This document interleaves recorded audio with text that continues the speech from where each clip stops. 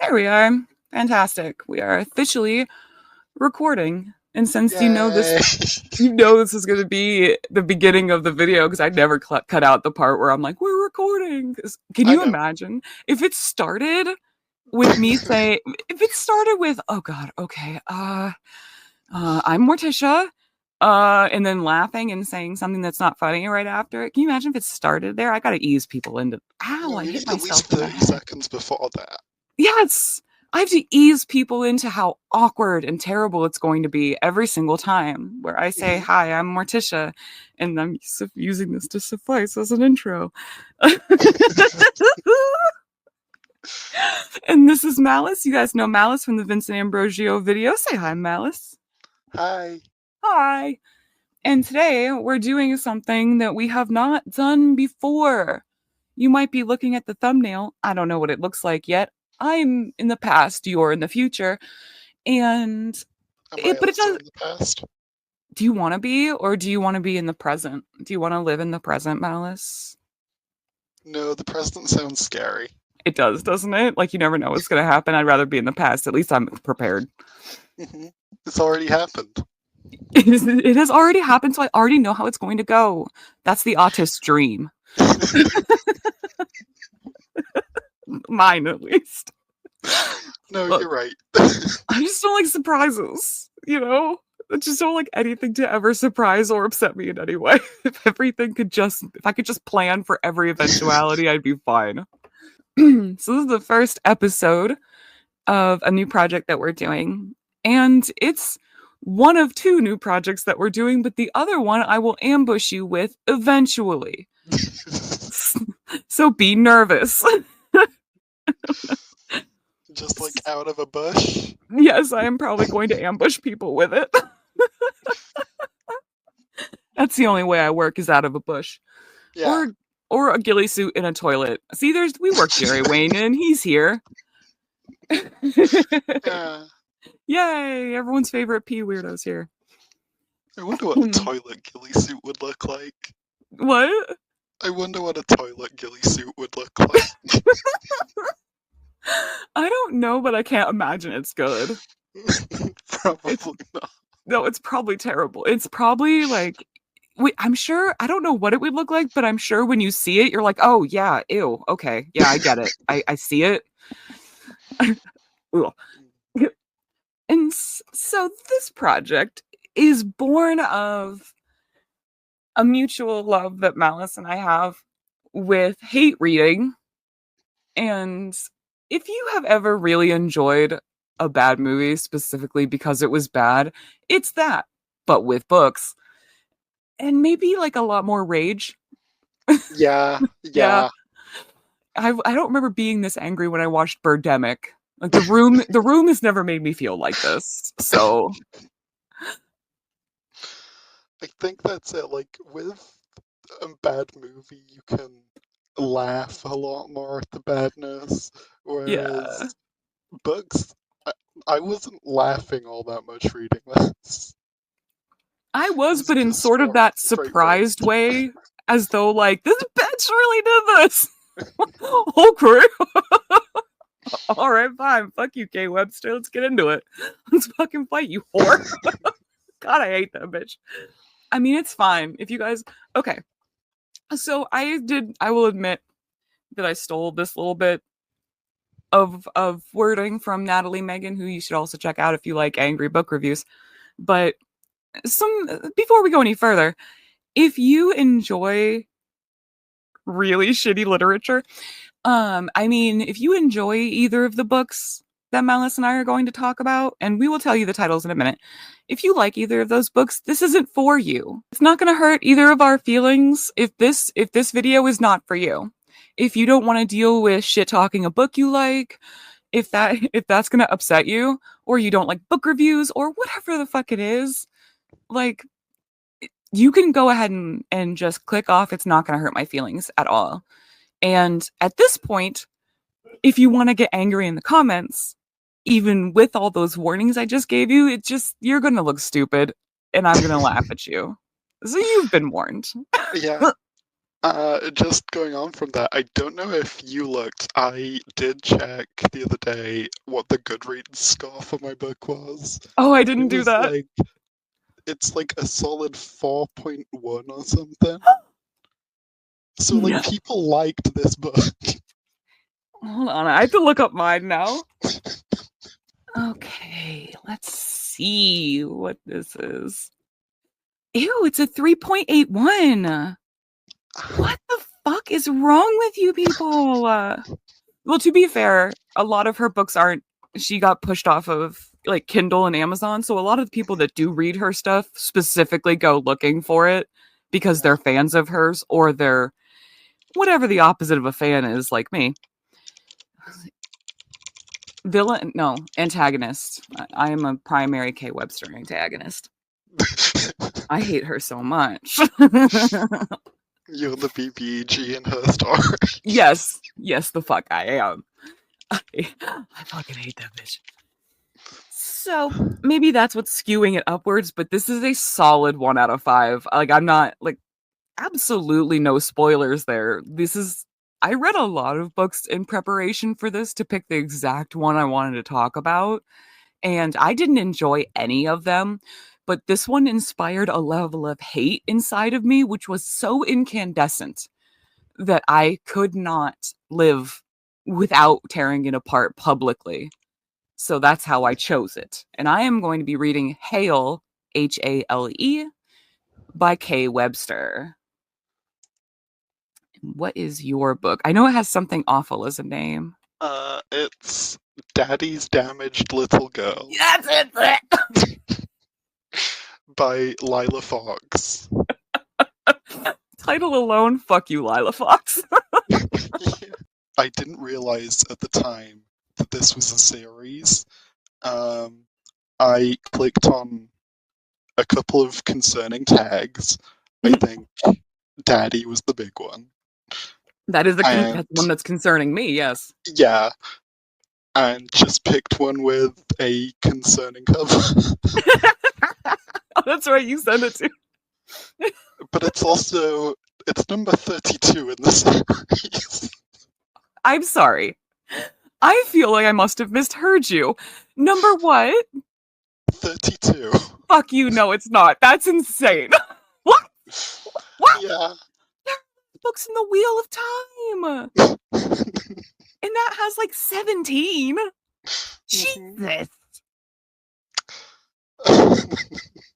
I guess actually my book gets a point for being a standalone. Although it is part of a like world essentially, like they're not in order, but like oh wait, no. That was the other ones of hers I read. It was like a bunch of different people that inhabited the same town and like they barely crossed paths. Okay. But it was like, everyone lived in the same town. But I forgot this one's actually not from that one. This one's from I believe this one's from Arkansas. So what's up, Peanut? How you doing? Arkansas or Mississippi? I can't remember. I know they go to Arkansas a lot, but there's also something about Mississippi and it's all fucking remember. Well, I think I haven't read any more of her books, but from reading the blurbs of some of the others, I don't think they have any of the same characters in common. They just all have daddy in the title. Oh my god. Ew. How can you gun to my head, I couldn't come up with more than 30. Like even I don't think I could come up with 30. 25. I don't think I could come up with 20 books with daddy in the title that or just plain. I was gonna say that didn't make me want to throw up in my mouth, but I can't imagine one that wouldn't make me throw up in my mouth that had daddy in the title. So that's just kind of a given. Yeah. No, they're bad. Yeah, and also another point, we're not if this is like your genre of book, like I'm not kink shaming you. I don't think Malice and I are capable of kink shaming. Like, if unless it's like something like illegal that you shouldn't Yeah. be fucking doing. As long Like, as it's with a consenting adult, then it's fine. yeah, I don't give a fuck what you do. Like, and if you like this sort of thing, that's cool, man. Like, you might get some book recs out of this. Like, and more power to you. Like, whatever makes you happy and is good for you, go for it. I don't give a shit. And the fun thing about me is I'm very good at roasting things that I'm secretly into. So you'll never fucking know. I might share opinions with you and I wouldn't fucking say it to you. God damn. Because I like to make fun of things. And that's who I am as a person. That's my personal growth. I would have never guessed. I I know.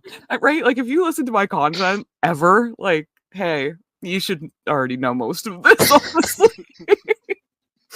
Especially if you listen to my content and you're friends with me privately. You should know that I'm very good at roasting things I'm secretly into. And it would also be a lie that I haven't read a book before with daddy in the title. I don't only hate read things, but most of those were hate reads, yes. Yeah. Not a lot of them started that way. I was like, maybe this is good, and then the hate overtook me. But I think the only one I haven't been able to finish is Haunting Adeline by H.D. Carlton's the only one I haven't. That rage wasn't any sort of joy. I didn't enjoy hating it. I just hated it. Also, Gomez got really mad at me at one point because I kept doing like dramatic reenactments of the scenes. And he was like, if you don't stop reading this book, I'm moving out. All right. Sorry. Because it was so, I couldn't get through like 2 pages without interrupting whatever it was he was. Hey, could you pause listening to that? I have to tell you this thing. Like, you need to stay. I'm going to murder you. I know where you sleep, you rancid bitch. Well, that's like, you know, my partner and I read stuff to each other like fairly often. Yeah. And yeah, and so I got this book out and started reading this instead, and it's just like, what the fuck? It's just so off the wall compared to like regular, like what we'd regularly read. Yeah. Like I kind of do like a 50-50 as to like books that I really like and enjoy and I know I'll like and like stuff that I know I'm gonna fucking hate. Yeah. And like I do like a 50-50 on that. And like Gomez has expressed many times that he really likes me better when I'm excited about a book than when I'm like really angry at a book.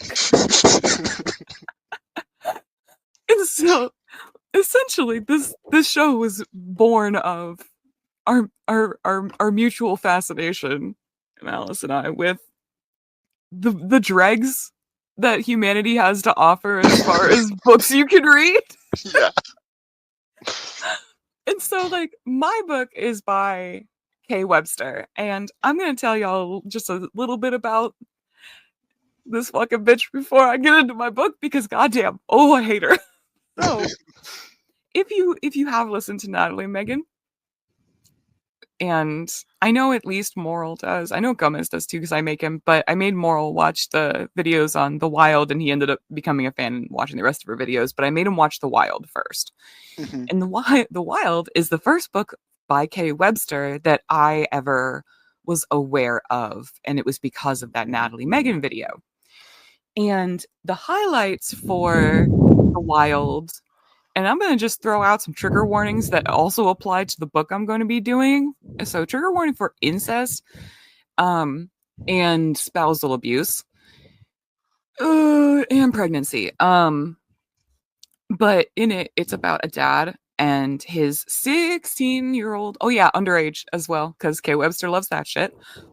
His 16-year-old daughter moved to the Alaskan wilderness and, become a couple as you would want to happen in that situation, obviously. And she has because Kay Webster wrote 3 of these books, not all about the same couple, because the second one is about friends of theirs who are also related. Don't you worry. Don't you fucking worry. Thanks for that disclaimer. I really needed that crucial information. Don't you worry. But the funny thing about the first one, because there's twists in all of them. In the first one, it's that they're actually not related. The daughter's adopted. And this is a huge, it's like the third act fight, you know, is Mhm. she finds out they're not related. And she's so angry. Like, she runs away from him. Like, What the fuck? you would think she'd be relieved, but Yeah. no. And like it her anger does in a way make sense because she has been freaking out about she's pregnant and she's worried about genetic problems for the kid. And she finds out she was adopted through going through like old papers, you know, that kind of trope. And she finds the adoption papers. And so she's angry that he didn't bother to tell her, like, we're not actually blood related. The kid doesn't have any genetic problems. He just let her worry about it. And he was, Okay. and so she's angry. That's why she's angry. She's like, you let me worry when you knew that I had nothing to worry about. And his argument is, well, you should have listened to me. I told you not to worry. And it ends in a sexual assault between them that repairs their relationship. And she is in active labor. She is a teenager in active labor while he's doing this to her in the woods, in the Alaskan wilderness. I know. Again, she's pregnant and in active labor. And it comes up in the third book because the third book is a romance between two of their sons and one of their daughters. And they are genetically related. But don't worry, as we'll find out in the one I'm doing today, Kay Webster believes that there's actually no genetic issues if you have like incest kids. She says there's no scientific proof that there are any genetic issues with incest. So it's fine. That because she also can't write a book where all of the women aren't pregnant at some point. She can't do it. And they all have boys first. That's like a weird thing that she writes. Anyway, that doesn't matter. It's just a weird thing I've noticed after reading almost all of her books at this point. It's a specific hate boner, and it will not be satisfied until I've read them all. And so I've been like, I have like the classic like conspiracy like maps and like the string between them about Kay Webster's bullshit. I'm like all the babies, the firstborn is a boy. Like every It all single makes one, sense now. they're all boys. Get it? Fuck, Jesus. So, the events that unfold in The Wild by Kay Webster were so audacious that I was like, there's no way. Like she must have this must have been her I'm gonna do a silly one. There's no way all of her books are like this, right? This is terrible. And so like I went to read it. Also, I wanted to see if it was like tongue in cheek at all. Like, you know what I mean? Like I just it was so insane to me that I didn't believe that it was written earnestly. Like when I first heard about 50 Shades of Grey, I that's why I read Yeah. that. I was like, no way, this is like she knows what she's writing, right? And then you read it and you're like, oh, okay. She doesn't. She does not know. She does not get it. Jesus. And so like Kay Webster was the same way. I was so disheartened to find out that she is 10 toes down. Like she is about it and she is on her bullshit and she never stops. And so I went on a mission to read Kay Webster's books. I have a philosophy that you can't properly hate something unless you have experienced it. Because it makes your hate unfounded. You should intimately know something if you're going to hate it. Because you should know what it is about it to hate. And I understand that not everyone agrees with me on that. Like it's a personal philosophy, but so the more I read of Kay Webster, the more I essentially fell down this hole of she can't not all of them can be this bad. There has to be one or two that you're like, it's all right. Even Colleen Hoover has one where Elysium admitted it's the best. Yeah. There's got to be at least one. If Kay Webster has one of those, I haven't read it yet. And I've read about 12. They're very short. And they go by quick because they're easy to read because you can skip most of it. You can skim it. It's fine. You'll get it all. And like indeed in my script, the last couple chapters, there's a lot of like it really gets short because I think, hold on, let me check. There are over 25 chapters and the outline's only 18 pages long. So I don't even have a page of notes per chapter because a lot of them end up being like they do the same bullshit in this one. There's no point. We're moving on. Yeah, that's the same with me, in that I got halfway through and I'm like, this is another example of abuse, and I just got fed up of typing. Yeah, I'm like, it's an entire chapter. They fuck. Like it's Yeah. it's an entire chapter of a sex scene. What do you fucking want from me? Like it's the same shit as before. Yeah. And like I guess like another, and this is going to be like the one of those things that's like the least problem with this book is that the sex is boring. Like it's so boring. It's so fucking boring.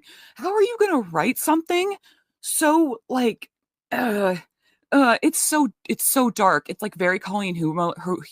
Colleen Hoover. Colleen Hoover is that's her name now. But it's very Colleen Hoover, like trauma porn at the same time. Like this just everything is so upsetting. Like everything is so fucking upsetting. And I hate books like that. Not because I find them like triggering for the most part. Usually they're so ridiculous. I can't manage to get triggered by it. Like, don't get me wrong, there are definitely books that I have definitely been triggered by.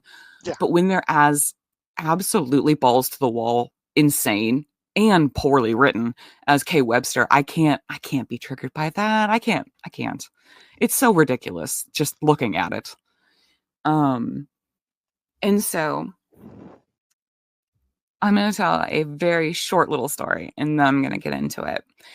Because this book, I fucking hate it for a couple of reasons. And one of them has to do with the whole trauma porn aspect of it. Because I find melodrama like that so irritating, so eye-rollingly irritating. I can't. And I wonder what it stems from, but I have an idea. When I was a teenager, and I'm talking like 13, 14, that era of teenager, not like 19. Yeah. Me and my first girlfriend, we both loved the band Good Charlotte. And I will not take any roasting about that. I was 13. You can step the fuck off my dick. None of us make good decisions back then. So we both really liked Good Charlotte. And in Good Charlotte, there's twins. That's the lead singer and lead guitarist. And I had a crush on one of the twins, and she had a crush on the other twin. And so at one point, we decided that we were going to write Good Charlotte fan fiction. Okay. And it was because, again, I was 13. Yeah, we've all been there. Yeah.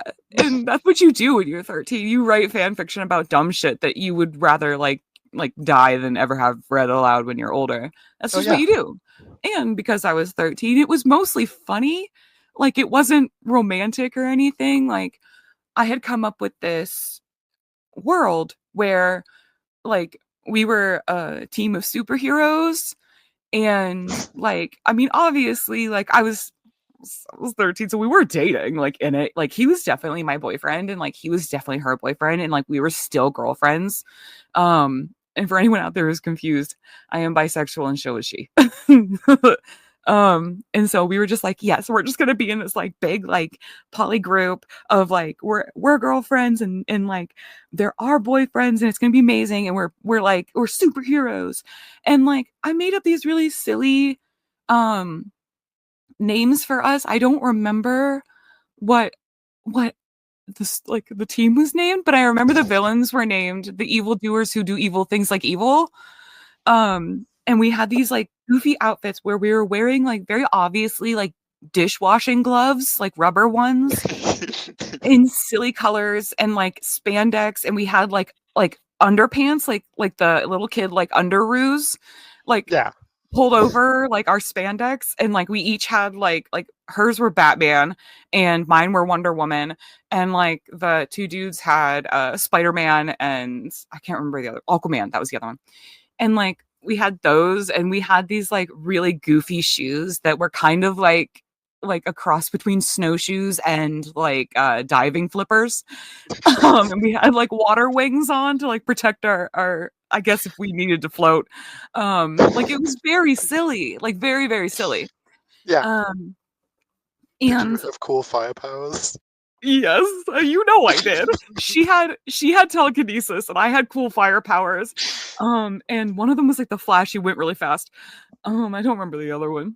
It's been a long time. We had like we had a name. I think they were the Dork Men and we were their sidekicks, Dork Chicks. Um I think that was it. And we had these like they had an invisible car that they rode around in, the Dorkmobile. And the joke was that they could literally never find it, like, and they were always late to everything because they couldn't find their car. And they kept like running into it and like hurting themselves. And like we had motorcycles, and of course they had like, you know, like mine had a rubber chicken on the back that I would use instead of a horn, and it was just insane. And like we did like silly crimes. Like at one point we responded to someone getting stuck inside a fold out couch. And like Okay. but when we got there, like there was like lasers and stuff that we had to like James Bond our way through to get to this couch that this woman had gotten fold. It was insane. And so she was the only one of us like who had Microsoft Word on her computer, because that was back when you couldn't type anything if you Yeah. didn't have Microsoft Word. We didn't. So we had typed it on her computer. And I had done most of the typing while she stood beside me and like offered like, do it like this. Oh, I want to look like this. And I went home that night, and we hung out the next day, and she was like, so I added a couple of chapters, and I was like, oh, cool. Let me read them. And she had all like, again, I have now set the scene quite well as to what Yeah. tenor this fucking story had. And she had written a couple of chapters where our English butler had gotten a maid that wasn't previously in the story, because we had like an Alfred, you know, Yeah. in our You back know, cave, it's a superhero story. obviously. And so like that guy, our Alfred, had gotten a maid, his wife, pregnant, and apparently she had been pregnant this whole time. They're suddenly in the story, and she had lost the baby and was like in this inner turmoil, and like we had gone to her bedside, and like it turned out to be like one of the villains who had like killed this woman's baby in utero. And like I was like, bitch, what the fuck have you done? Why? And like her favorite books at the time were Nora Roberts-esque like romances, Mhm. which were trauma porn like this. Yeah. And so she had just written that on the end of my comedy story. Um, and I was like, I think that maybe these are two different stories completely, and that maybe you should continue writing yours. And I will finish mine because I don't think we can really put these together, because that's insane. And I remember I did nothing but roll my eyes at each new scene of like, it just kept getting sadder. Every Yeah. new thing that happened was just like, bitch, what the fuck? Like, I didn't come here to feel like this. I'm wearing dish gloves and underpants.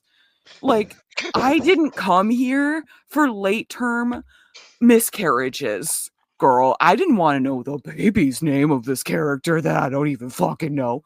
And so, like, I think it's every time I read books like this, I feel like the person who wrote it is my 13-year-old girlfriend being like, I'm doing something here. Like, you know, like doing the Rocky Flintstone crying to herself while writing it. Like, I'm doing this. I'm a proper writer. Mhm. I got annoyed just telling the story. This Right, isn't gonna go okay. well. All right. Mhm. So, we're going to get into Hail by Kay Webster. And so the amount of dragging I do in this outline, I think will now make a little bit more sense. Because I'm going to say some unkind things about her. Here we go. Trigger warnings. I'm going to start with those because Kay Webster doesn't really. I mean, she specifically wants you not to, right? Yeah. Yeah, that's another thing about The Wild, where in most of her books, she doesn't want people who read it to put spoilers, quote unquote, which is trigger warnings. She doesn't want anyone to say what the book is about and to give no trigger warnings because she thinks that if people know how dark it is, they won't experience a beautiful love story. I'm sorry, you horrible bitch. Like, this is trauma. You're writing trauma and you're going to hurt someone, and you have hurt people. I know that because Natalie Megan specifically says, like, I wasn't prepared for this and I didn't want to read this. And so you're hurting people. So I'm going to give you trigger warnings because I don't want to hurt you. And if any of these trigger warnings are not for you and you can't stand to hear about them, you should click off now. And if gallows humor is a problem, you should click off now. Again, no hard feelings. The trigger warnings are incest, parent death, cheating, misogyny, mishandling of serious mental illness, bipolar specifically, pregnancy, misogyny, general boy momness, which I did want to be I wanted to be warned of that, and she didn't. Underage love interest, 17, almost 18. So, first things first, we know we're in trouble because the dedication is a quote from Flowers in the Attic. And if you are listening to this and you don't know what Flowers in the Attic is, it's the OG incest drama romance. It was the eyes. The secret of love was in the eyes. The way one person looked at another, the way eyes communicated and spoke when the lips never moved. V.C. Andrews, Flowers in the Attic. Go fuck yourself, Kay Webster. You pompous bitch. After reading this, I don't know what the fuck she was saying in there because I don't know what that has to do with the rest of this book. And now let's look at the trigger warnings I listed originally and contrast them with what Kay Webster gives us as our only warning. Warning. This book is an epic, emotional, raw love story. ... Between a brother and sister. Many won't be able to handle that. But if I don't tell their story, who else will? Who the fuck needs this story told? Get down off the cross, Webster. How about instead of preaching nonsense, you could actually inform your readers of the many traumatizing things you've written in this shit fuck stupid book? Who else will tell their story? I've read it.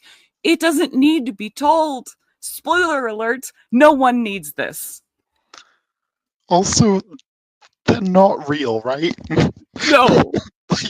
Did they ask you? They're calling out Kay Webster like, can you please, Kay, the world needs to hear our epic love story. It's not.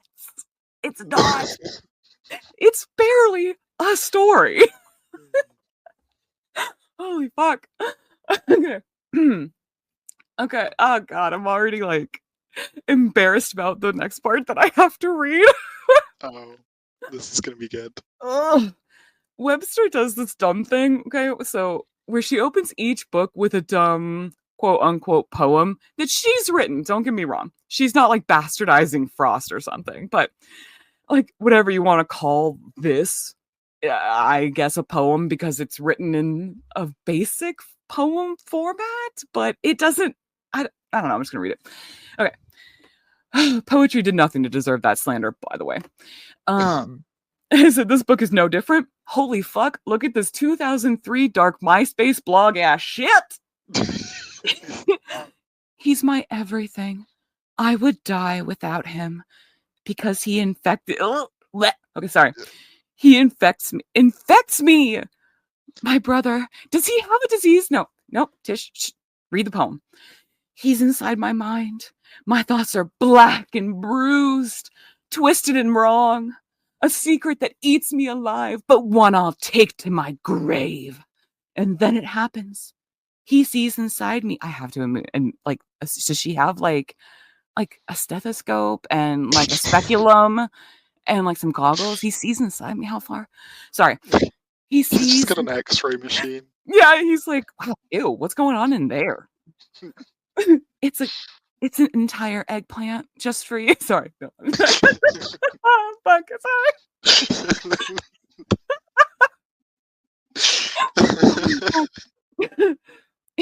He sees inside me, understands the darkness, loves what he finds. I'm contagious. It's true. Now he's sick too.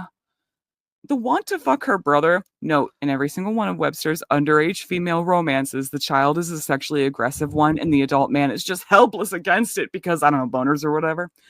But the want to fuck her brother is referred to as a sickness, and it's certainly a choice. So, prologue. You know, like sickness and infections, not typically things that you die when you don't have. Yeah, honestly. And not the greatest foundation for a love story. Yeah. This is an epic love story. We're both very sick and infectious and contagious, and we've infected each other. Is this like STI romance? What is this? It wouldn't shock me. Wouldn't shock me. We both have a severe case of end-stage clap. The crabs are bigger than my forearm at this point. Ew, I'm freaking myself out. Ugh, fish stop. Ugh. Okay. Oh, God. All right. Let's get into this mess. Prologue. So we start out with a flashback to 3 years before the start of the book. We're introduced to one of the two POVs, Hudson Hale. He sucks just as bad as his name.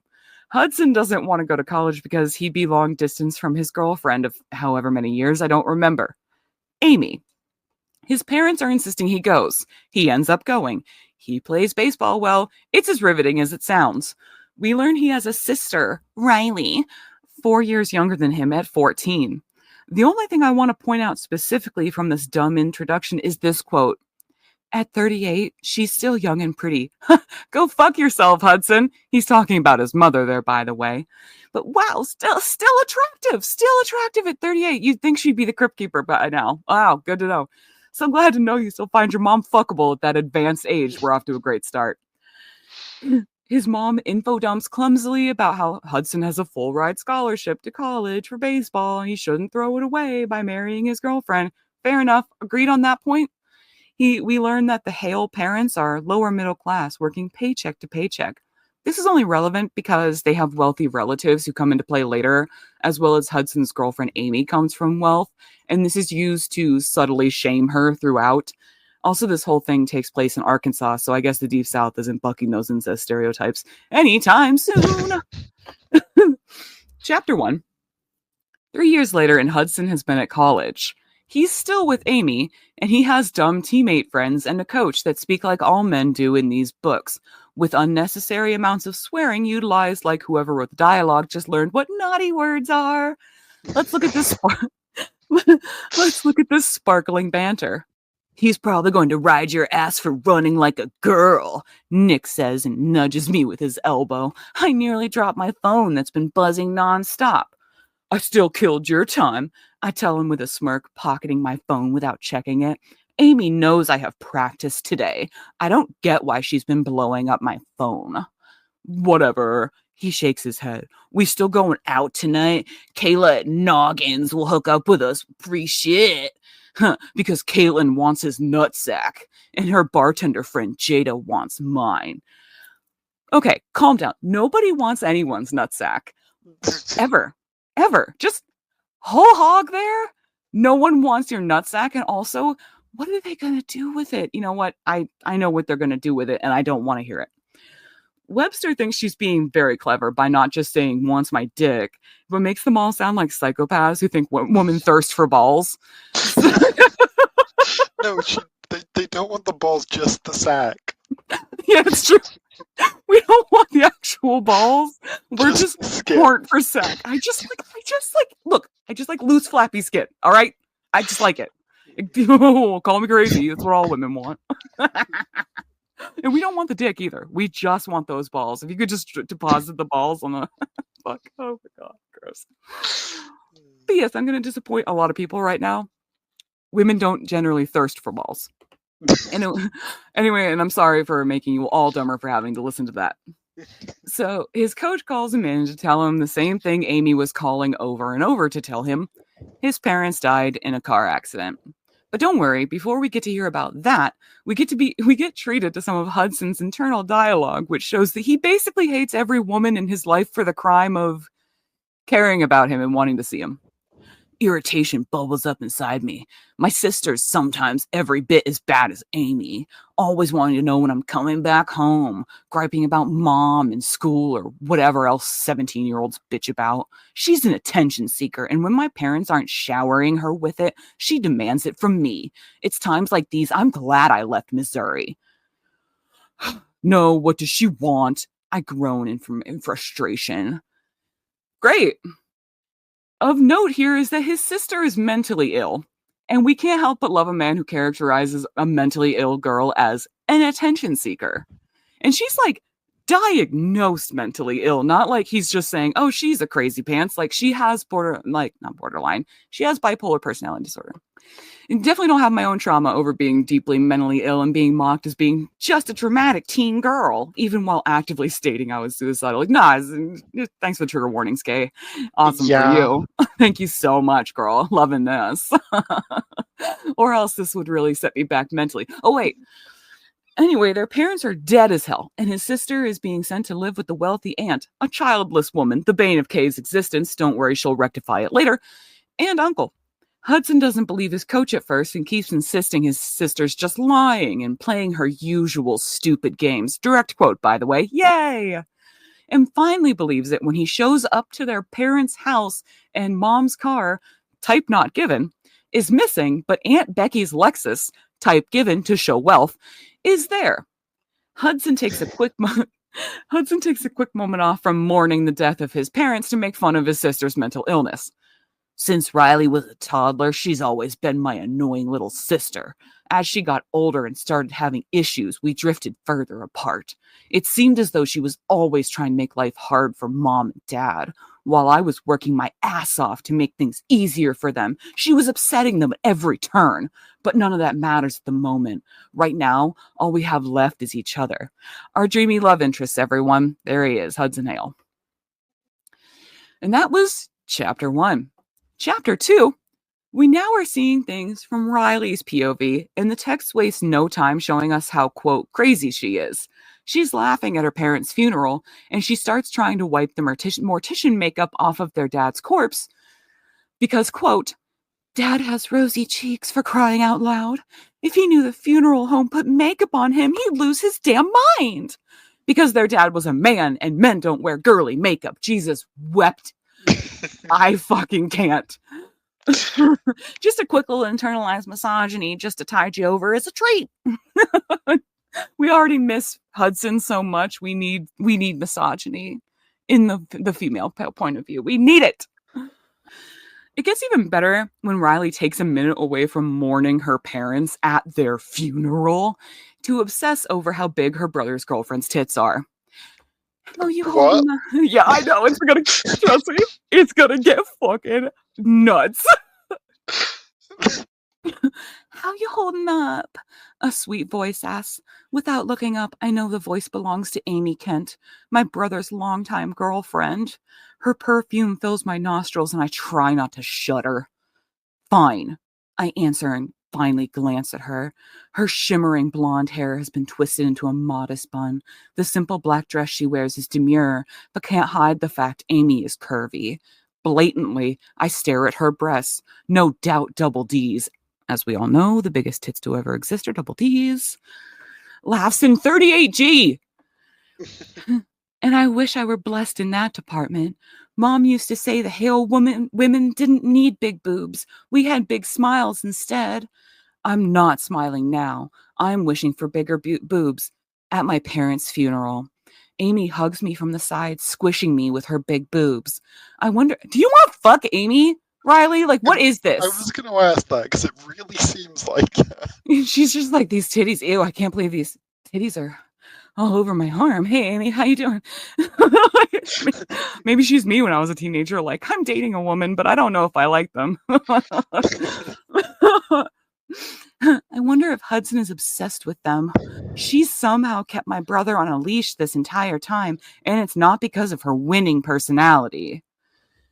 As a member of the unwieldy breast community, I'd like to take this moment to say no one needs big boobs. Hey, Webster, the fuck's your issue? The obsession with big versus small boobs comes up a lot in this book. All the, quote, bad women we aren't supposed to like, Hudson's girlfriend, the bartender he cheats on Amy with, etc., all have big breasts. It's bizarre. For anyone who needs to hear this, nothing in life truly matters is related to like your bra size. Like nothing in life that matters has anything to do with your. You can also have big tits and a big smile. I'm just saying, like, no one needs either one of those things. Also, don't tell me to smile. I'll fucking kill you. Yeah, I'm not one of the big boobs and big smile people. I'm just saying I've known them. I've heard of that they exist. Anyway, Riley makes a scene at the funeral, spends all her time in her head making Jeff Stacy-esque death. That's all I want, all I need.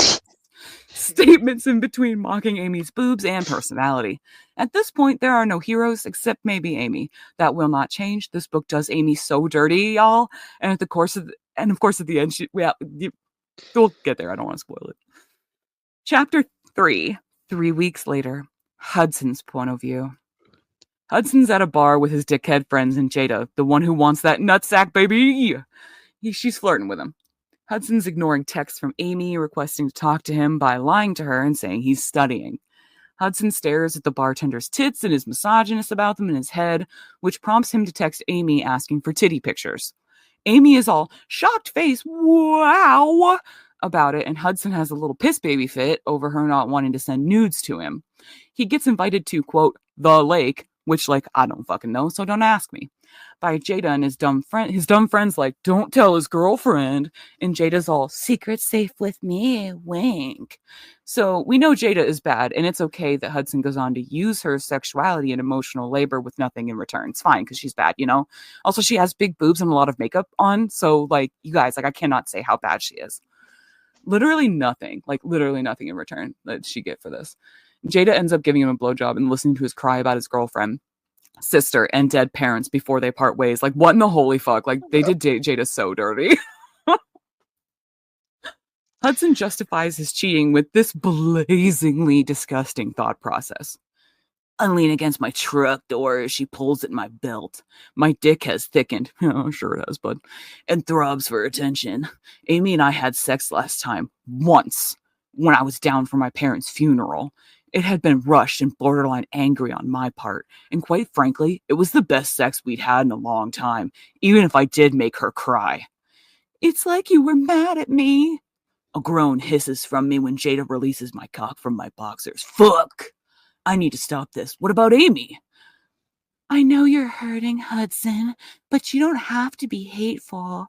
Amy's selfish words are again, this is a man who made her cry by fucking her so brutally. Amy's selfish words are forefront in my mind as I search for a justifiable reason for what I'm doing. Warm lips wrap around my cock and my eyes close. I try to imagine it's Amy so I won't feel so fucking horrible, but all it does is remind me Amy doesn't give head anymore. The taste makes me gag. Jada bobs on my dick and I'm dizzied from the pleasure of it. I feel like I don't know what the fuck is going to happen anymore with my life. One moment my life was all planned out for me. The next moment it all feels so uncertain. When you do it from behind, it makes me feel like I'm a whore. Images of the last time I fucked Amy spring back into my mind. After the funeral, I'd taken her to my old bedroom, bent her over the bed, shoved her dress up, and fucked her fast. Jada runs her tongue along the tip of my cock, and I groan, I'm going to come. So I guess he mostly enjoys sex if the woman cries. Our hero, everyone. Remember, ladies, if you don't want your partner to cheat on you, then you have to do sexual acts you don't like. Make yourself uncomfortable and unhappy if you want a man to stay faithful. Love this for us. Thanks, Kay Webster. What a treat. I wish I had more to say. I'm still taking that in. I know, right? That's a lot. Yeah. And this is the man we're supposed to fall in love with. This is the part of the epic love story. This is the main character of the epic love story. This guy. Cool. The best sex we've ever had was when she was crying and, so I had to cheat on her because she doesn't do blowies anymore. This guy? Hi, Kay Webster. Quick question. This fucking guy? This one? All right, fine. Fuck you. Fuck you. I hate you. All right. And then I just want to be clear. This isn't an author writing a flawed character who grows over time. Like Hudson never grows at all. And at this point, I have read 8. I'm in the future and it's now 10. 8 K Webster books, and all of the men are exactly the same piles of shit portrayed as heroic, sexy love interests. And so this is how the cheating wraps up. I feel like such a spoiled little shit as I griped about people I'm supposed to love and care about. But fuck if it didn't feel good to get it all off my chest. Jada, being the good bartender she is, talked a little and listened a lot. Thankfully, we didn't do much more than that. I can only take so much guilt for one day. Wanna go to breakfast? Jada asks as she sits up and rubs at her neck. In the broad daylight, I can see she's not as pretty as Amy. Not that I ever thought she was. God, I'm so stupid. No, I have class in an hour, I say as I turn the engine over. I'll run you home, though. She buckles her seatbelt and regards me with kind eyes. Last night was just a stress reliever, Hudson. Don't ruin your life over it. You should probably try to unpack some of that stress more often. I'm always here if you need help. She winks at me, insinuating she's always down for a blowjob. That's not what she said. But goddamn, someone please check in on Jada. She is not okay. She's not okay. I've never been a bartender, but like this can't be part of being a good bartender, can it? Like also I guess if Jada was hotter than Amy, like this would be justified. That's what he said, right? So what the fuck? She's not as pretty as Amy. I'm an idiot. Fuck. Should have cheated on her. She's not that hot. Fuck. It's okay to cheat as long as the other person's hotter? No. It's okay to cheat if the other person's hotter and your partner doesn't do blowies. If you put those together. Oh, okay. You gotta make sure there's both. I get it. And she just did a blowy. Like, thank God, not much more happened. He can only take so much guilt. Like, this poor bitch, this poor bartender, holy fuck, has to listen to this whiny piece of shit misogynist whine at her about how his girlfriend's not nice to him. After all she did was give him a blowy. He didn't even return the favor. Like, and then girl, want better for yourself. Like, I want better for Jada. And nothing good ever happens for Jada. She comes up like one more time and gets disrespected, and then she's out of the story. Like, I feel so fucking bad for her. So Hudson finally checks his phone. He has tons of missed calls and texts, some from Amy insisting she's sorry and she will show him her boobies. Lots from Riley saying she's breaking down with sadness over their parents' death and needs him. And some from their Aunt Becky talking about how out of control Riley is. Hudson chooses to only respond to his aunt. He calls her and we find out Riley has been having a fit and threw her phone at a mirror and broke it. The chapter ends with Amy texting Hudson saying, I missed my period. However, I'm going to spoil it for you. There is no baby. It was a false worry. Amy isn't the true love interest, so she isn't worthy of Hudson's baby. Guess who is? No point for getting it right. Chapter 4. We're back to Riley. Riley and her aunt go to the drugstore. Riley is being petulant, but honestly, she's mentally ill and both of her parents just died 3 weeks ago. I think being petulant, warranted. While in the drugstore, Riley bumps into Amy, who is buying a pregnancy test. Riley freaks out on Amy, insinuating that Amy is trying to baby trap her mediocre brother Hudson. It's irritating and just more bullshit that poor Amy has to deal with from this psychotic fucking family. You can't do this to him, I blurt out, her eyes widen in shock. Do what? Trap him? Have you ever heard of birth control? She gapes at me, tears welling in her blue eyes. What's wrong with you? That's the $1 million question. Everything Everything is wrong with me. It's why we're in this stupid pharmacy in the first place. Aunt Becky thinks she can fix me with meds. Don't do this, I plead, my voice choking up. Amy scowls. Well, I can't exactly help that now, can I? You could end. Riley! Aunt Becky hollers from the end of the aisle. Let's go. You're already late. I would never do that, Amy tells me, her bottom lip wobbling. Never. No, I spit out, because all you think about is yourself.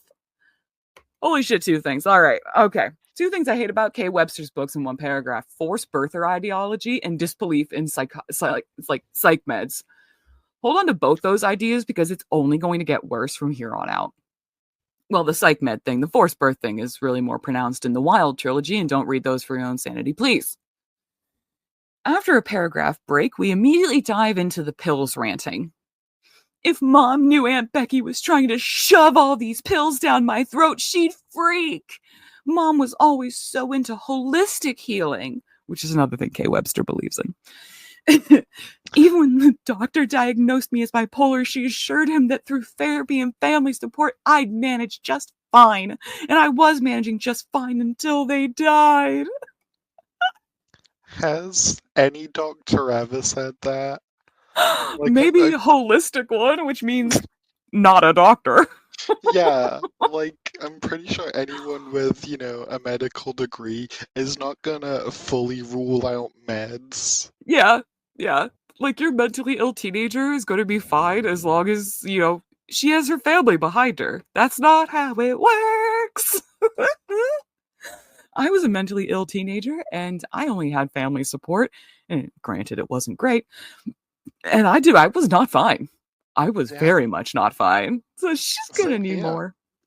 Yeah, don't worry. And Aunt Becky's trying to shove meds down my throat. Fuck, shut up. Get off the cross, Kay Webster.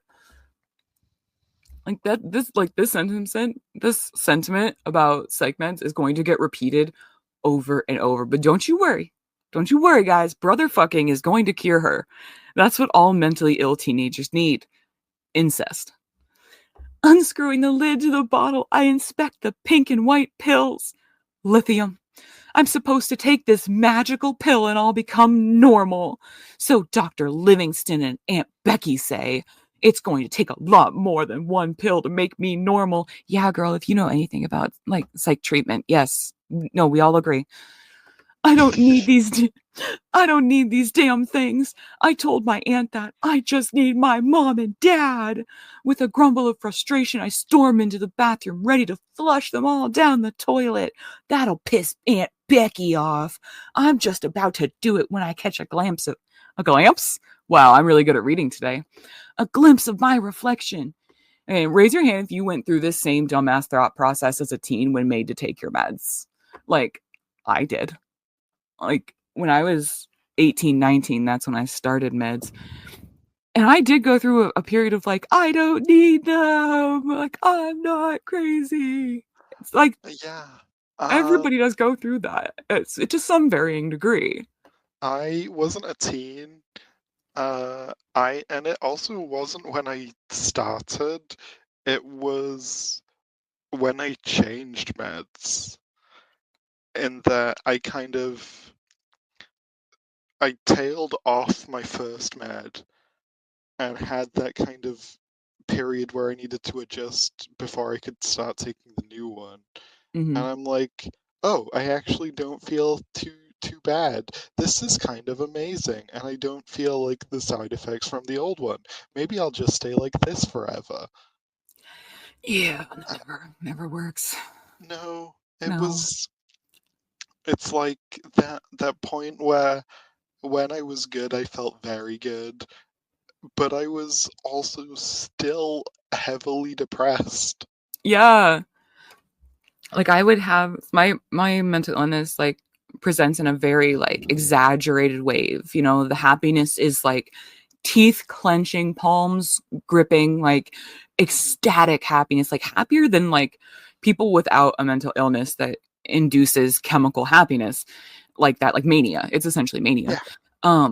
But people I'm happier than neurotypical people can ever achieve, but also The other side of that is I'm so depressed I can't move. Yeah. And I would really rather be more towards the center. I'll give up that teeth grinding happiness if it means that I'm not holding on for dear life like the other half of the time. And so like it would like technically I will give it to Kay Webster. Most likely this would actually be a really good representation of how a mentally ill teenager would deal with being on medication. Because like honestly, we all go through these like I don't need the pills kind of shit, but like no. Webster does this in nearly all her novels where she shoves in a mentally ill character. Like I'm reading this is in my script. I'm no longer doing this, but I'm reading another book of hers right now. And oddly enough, it's the first one where the mentally ill characters end up taking their pills eventually. And like maybe she's matured. I also haven't finished the book, so I'm not giving her any credit yet. I'm in the future.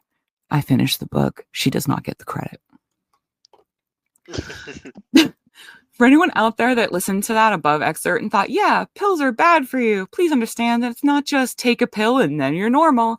Mental health medicines only work in tandem with therapy and lifestyle changes. The medication just help. What? I know, I just agreed. Yes. Yeah, like it is a whole system. Like the medication just helps your brain produce the correct chemicals and like helps balance you out. It's not ecstasy, you fucking dorks. Like you don't it's not a happy pill. It balances you out so that your therapy does work. It balances you out so your thought processes are easier to get a hold on before they go off like a horse like a horse with a cart like running off the road. Like that's all it is. It's not a magical happy pill. Like fuck you. Yeah. And so, anyways, Riley goes all nutburgers, takes the whole bottle of pills, obviously trying to kill herself. Then she throws up, blacks out. She wakes up in a hospital room. Hudson is there, and he's angry at her. The first thing he says when he sees she's awake is, "You stupid, stupid kid." Brother of the year, also husband of the year, a romantic hero. Everyone, good job. If you guys didn't know, when someone tries to kill themselves, you should absolutely berate them about it as soon as you possibly can. It's not a cry for help and shouldn't be extended any sympathy. Just freak out as much as possible on them. It's cool and doesn't lead to lifelong shame issues. Ask me how I know that. Noted. I'll make sure to remember that next time. Yes, the next time someone you love is like really struggling, you're going to want to be like, oh, you're stupid for this. Everyone loves it, and it's really good for their healing. Yeah. Thanks, Hudson. Great. Chapter 5, we're back to Hudson's POV, and like when you're blessed, it shows. The chapter opens with Amy talking about not being pregnant. Thank God she isn't saddled with this incestuous nightmare family for eternity. Hudson leaves to go pick up Riley from the hospital. Then we get one of the many irritating and stupid flashbacks of the novel.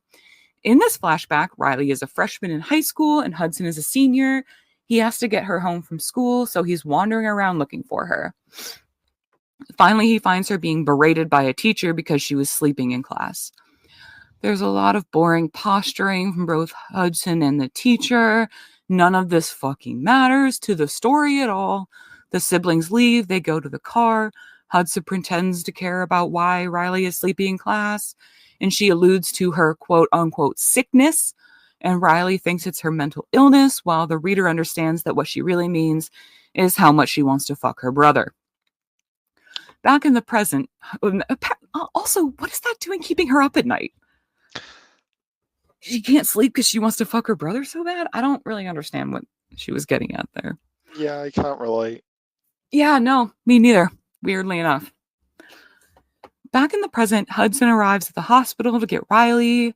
Hudson takes some time out of his busy schedule of being insufferable to think about how, quote, broken Riley is. Quote, direct quote, so broken, so fucking broken. Love that. Absolutely love the reinforcement that mentally ill people are broken. Not at all damaging to read if you have a mental illness. Love this for all of us. Hudson buckles Riley in and thinks about how tiny, small she is. Insert Elyse's "I'm so small" rant here. She's so itty bitty, tiny, teeny. Oh, she's so small. Yeah.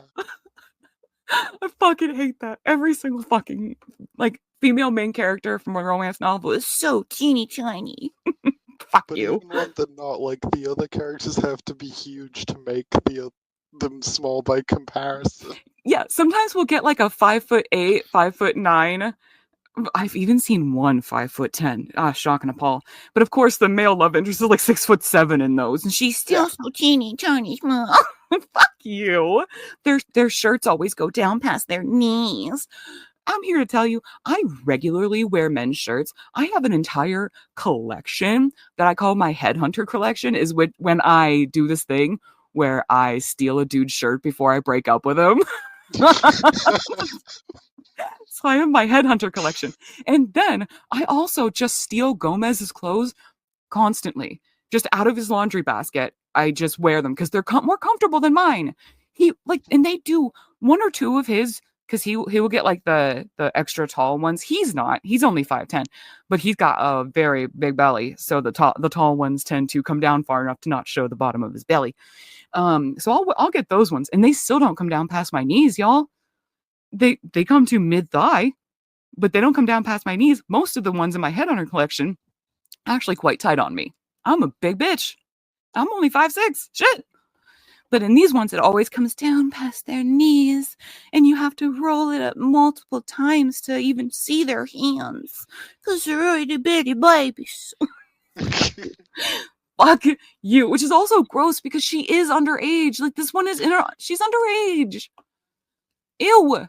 Just really reinforcing that she is a literal child. She's a literal child, Kate Webster. The only interesting part of this is Hudson having a moment of clarity where he finally realizes Riley isn't a dickhead. She has a mental illness. This is our romantic lead, I guess. Anyway, they inappropriately cuddle on the couch in the basement and fall asleep with Riley laying fully on top of Hudson. I'm sure a boner will be popped any second now.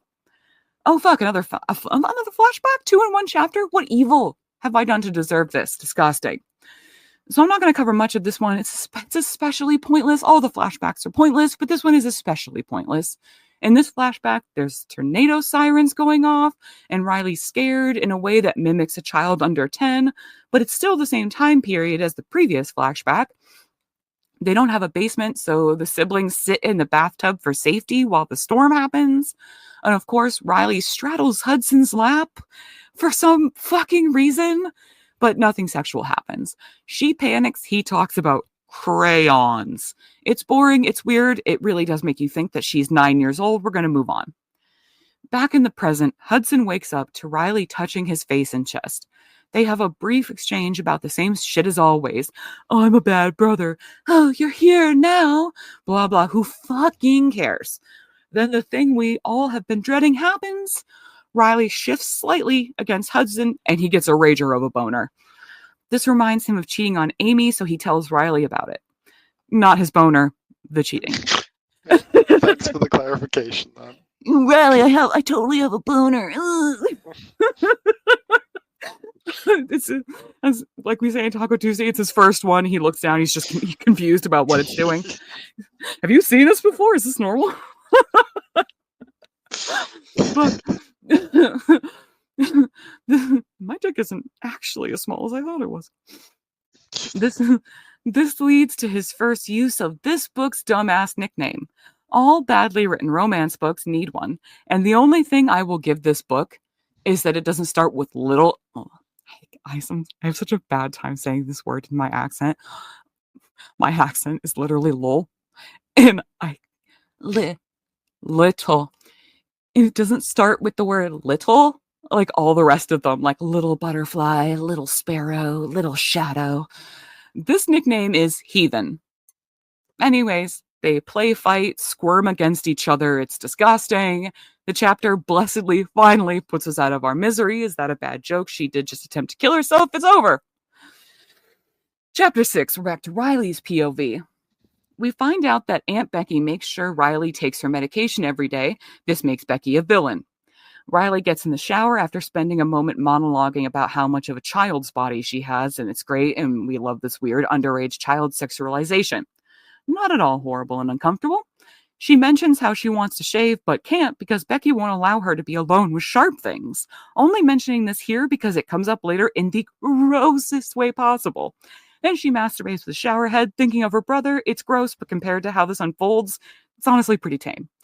Time to skip to later that night. Her and Hudson are texting. Then he calls her. They have a dumb conversation that she masturbates to without letting him know. This book has no goddamn plot. Then there's a time skip to when Hudson comes home for spring break. He and Amy show up with pizza and movies. Riley's an asshole about having to see Amy. She cries into Hudson's shirt about it, and Hudson tells Amy to give them a time alone. After an hour of crying, they watch a movie with Amy. Chapter 7, Hudson. They finished watching the movie, so the chapter just stopped in the middle of a scene to pick up in Hudson's POV because Kay Webster's a bad writer. They finish watching the movie. Hudson takes Amy home. They have a fraught conversation about whether they're okay.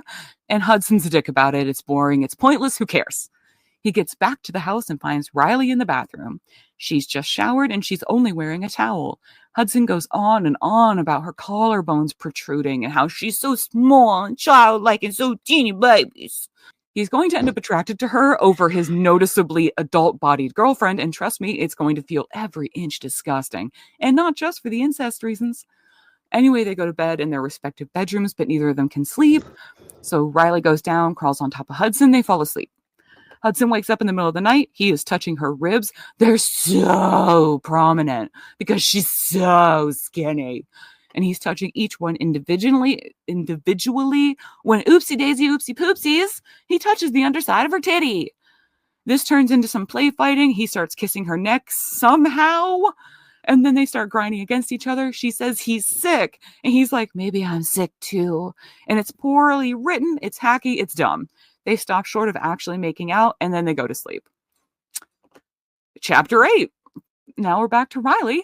Riley and Hudson are going camping together. They talk about stuff that doesn't matter at all. Doesn't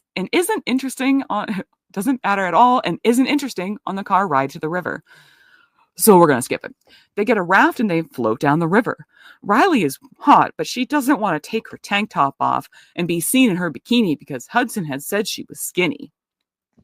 Hudson takes his shirt off and we have to hear about how muscly he is. It's boring. All the protagonists in these books are super muscular. He's the same tall, white, muscular cookie cutter as the rest of them. And I don't mean the rest of them in Kay Webster's books. I mean the rest of them in all of the romances. Then they pull over to a beach to eat and swim. Riley's wearing an orange bikini. And the only reason I point this out is that Kay Webster seems to have a weird thing for the color orange and specifically orange bikinis. It's come up a lot in her other female main characters' outfits. They always wear orange bikinis. I don't know why. But I hate the color orange and it always reminds me of traffic cones. So Is the orange bikini the new black thong? yes. Except for Is I that love what orange is the new black means? Yes. Except for I love the black thong. And that one's for men and women. All characters wear the black thong. Unfortunately, only women get to wear the. You know what? I'm gonna open it up. All men are now allowed to wear the Kay Webster orange bikini. You're welcome. I know. I'm so progressive, so amazing. I'm such a progressive queen.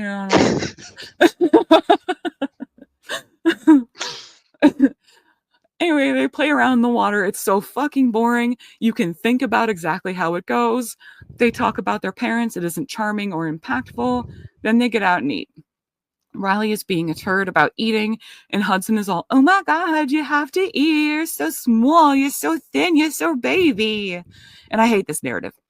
Then Hudson decides to put sunscreen on Riley. I know, who didn't call it, right? They just have. I've never been able to put sunscreen on myself. Someone else always has to do it, and it sucks. Why? But of course he has to do it. She can't possibly do it herself because then how would we have sexual tension between this brother and his underage sister? And then she puts sunscreen on him. Obviously, none of it's sexy in the slightest. It's meant to be. It's not. Hudson gets a boner. Riley ends the chapter thinking, maybe he's sick too. Are you guys sick of hearing that? I am too. Chapter 9, back to Hudson. They look for somewhere to make camp, and an elderly couple are forcefully jolly and tell them to share their campsite. These people never come back into the story, and they only exist to misunderstand that Hudson and Riley aren't related, and they call them a young couple. The man clocks how young Riley looks, though, and conspiratorially tells Hudson that he got with his wife when she was 16 and, quote, put 3 babies in her before she turned 21. How convenient they just randomly walked into another pedo's campground, huh? Hudson does not correct him about Riley also being his sister, and thinks about how it's dangerous and sexy to pretend that she's not his sister. But she is your sister, you weirdo, and you should not have only brought one tent. They snuggle in the tent, rub up against each other, kiss slightly, they fall asleep. Time skip to when they arrive at Becky's house. Back at Becky's house, Hudson remarks that he forgot to make Riley take her meds, to which she says she doesn't need them. And then, in the only good writing decision Kay Webster has ever made or will make, Hudson tells her that she does need to take her medication. Amy calls, asks Hudson if they can go to a party downtown that night. Amy asks if Hudson can come alone, to which Hudson becomes enraged.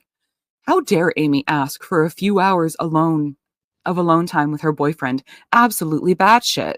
Amy cries, apologizes for asking. The text makes that seem like it's a normal reaction, and we all feel crazier for it. Time skip to the block party, and Amy is still working with her mom's store for a bit longer, so Hudson and Riley hang out alone for a bit. A boy Riley's age dares to look at her, and Hudson flips out internally. It's all chest thumping and that's my sister. He monologues to himself about when did Riley grow up into a woman, but she's 17, so she'll the fuck outgroom her. And also he keeps telling us, and she keeps telling us, that her body very much has not grown up into a woman. She still has no curves. She has no breasts. There's no she's grown up into a woman. How? What do you mean? She's wearing a dress?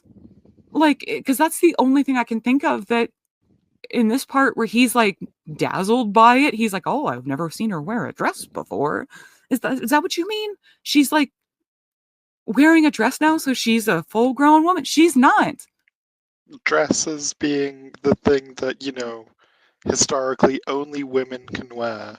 Oh, yeah. I've definitely never dated men who wear dresses. I've dated tons. Yeah. I mean, it's not like there's, an age limit on dresses either, though. You go to the store and they're like, oh, are you a woman or are you just a girl? No, you can't have this dress. You are not old enough to be wearing this dress. What do you want to be putting impure thoughts on the adult men around you? They'll be thinking you're a full-grown woman. They go to some weird place. It's not explained at all. But from the description, it seems to be a bunch of rooms with chairs and it's lit by black light. No idea. Your guess is as good as mine. They sit in an oversized chair together, and while stroking her leg, Hudson notes she forgot to shave. First, fuck off with these weird beauty standards, and second, stop rubbing your sister's legs and it won't be an issue, you fucking weird beard. Riley tells him about not being allowed to use a razor unsupervised, and remember when I mentioned the shaving thing would come up grossly later? That train is hurtling down upon us, ladies and gentlemen. And then the chapter ends mid-scene for no fucking reason yet again, just so the POV can switch. Webster, sort yourself out. Chapter 10, Riley. Hudson tells Riley he'll shave her legs and pits for her. This turns Riley on, even though I can't imagine enjoying that in the slightest. Amy walks in. I mean, can you imagine your sibling is going to shave you? Wow, I can't think of anything hotter. Goodness. I don't want anyone to shave me but me, thanks. Yeah, honestly. And I don't want them to watch either. That comes up in so many of the chat logs. They're like, well, I'll watch you. No, why? Ew, what? No, please leave me alone. I'm nervous enough doing it, on my own. Yeah, mine is filled with a lot of swearing because I refuse to do it slowly, and so I cut myself constantly. Yeah. I have shaky hands that only get worse when I'm nervous, and I feel like having someone watch me would make me nervous. Yeah. And no thanks. I'm good, dude. I would be so insecure. I don't know. I would be so freaked out by that. I do not understand how people manage to develop a shaving fetish, because I've never wanted to be around when anyone was shaving. Like, again, I'm not like upset about it. Like, if I've been in the bathroom while my partner's like shaving, I'm not like, oh my God, that's private, stop. But I'm also not like, yeah, baby, show me how you de-hair yourself. Like, how fucking, I'm not gonna be weird about it. It's fucking weird. Yes, tame your body hair. Delicious. I think that's it though. There is a difference between, it happening in your vicinity and actively watching it. Yeah, yeah. There's a definitive difference. Like, I don't ugh. Like, don't get me wrong, I enjoy watching people do a number of not explicitly sexual things, and I very much enjoy it, but shaving's just such a weird choice to me. It's like wanting to watch someone brush their teeth. Like, why? It's just a grooming Yeah. thing. Like, and not like that kind of grooming. In this case, it's both. In Kay Webster's case, it's definitely both. Yeah. Holy fuck. Oh god. Oh god, I have no idea where I am now. Fuck. Okay, there we go. This turns Riley on, even though I can't imagine enjoying that in the slightest. Amy walks in, catches them being way too close to each other, and she looks jealously at Riley, so they must have been in a very compromising position. Like, they go to watch some band. Riley wanders off by herself and sits on a bench where the boy who looked at her earlier finds her. His name is Travis, and he barely shows up in this story, but we have to remember his name because he will be blamed for any number of incestuous sins for eternity. Did that make little sense? Oh, it will eventually. Eventually, you'll be like, I'm sorry, the fuck? Travis gets done maybe dirtier than Amy. And Travis wants her to go to a club with him, but it's 21 and up. He says he knows a guy who does fake IDs. This will come up conveniently later when Webster forces the happily ever after for fucking siblings. Anyway, they have a boring conversation.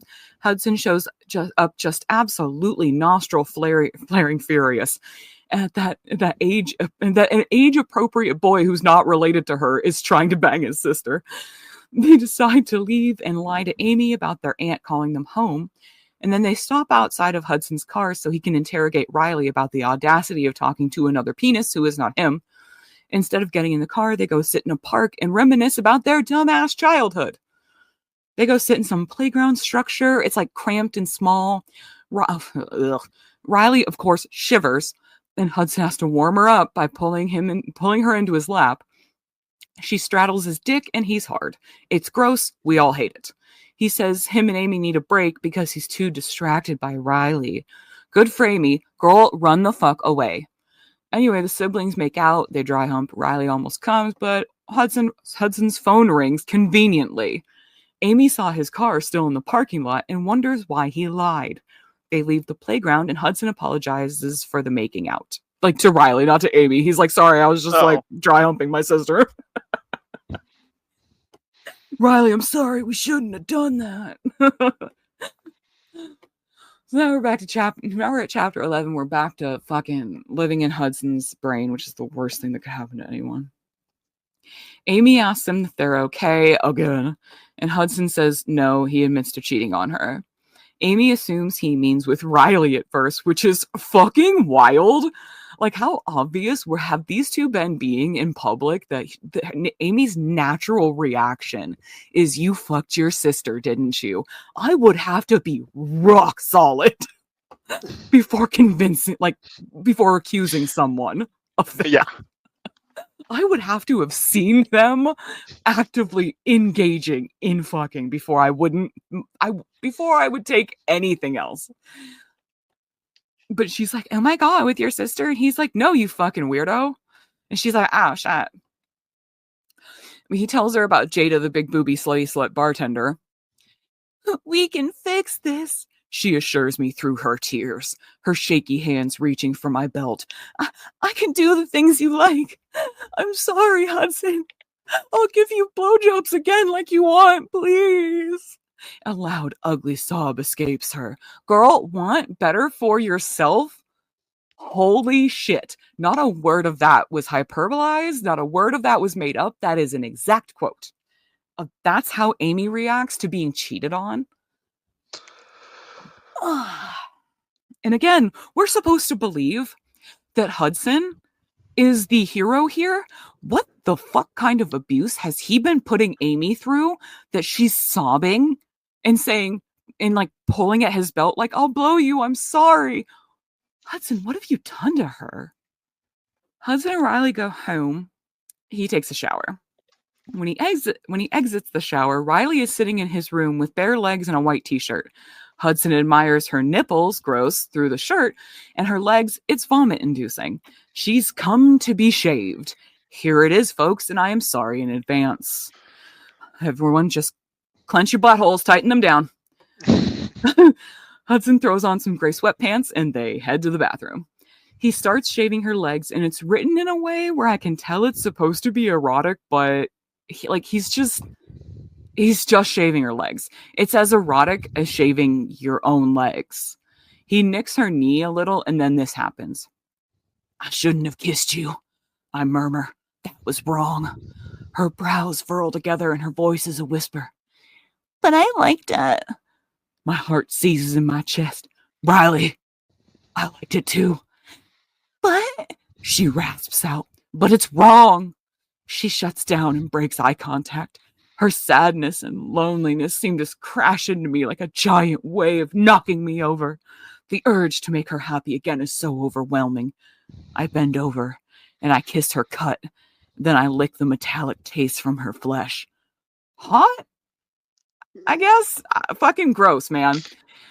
Like, he licks the blood from the cut in her leg. I'm assuming there's like little bits of like hair floating around in like shaving cream.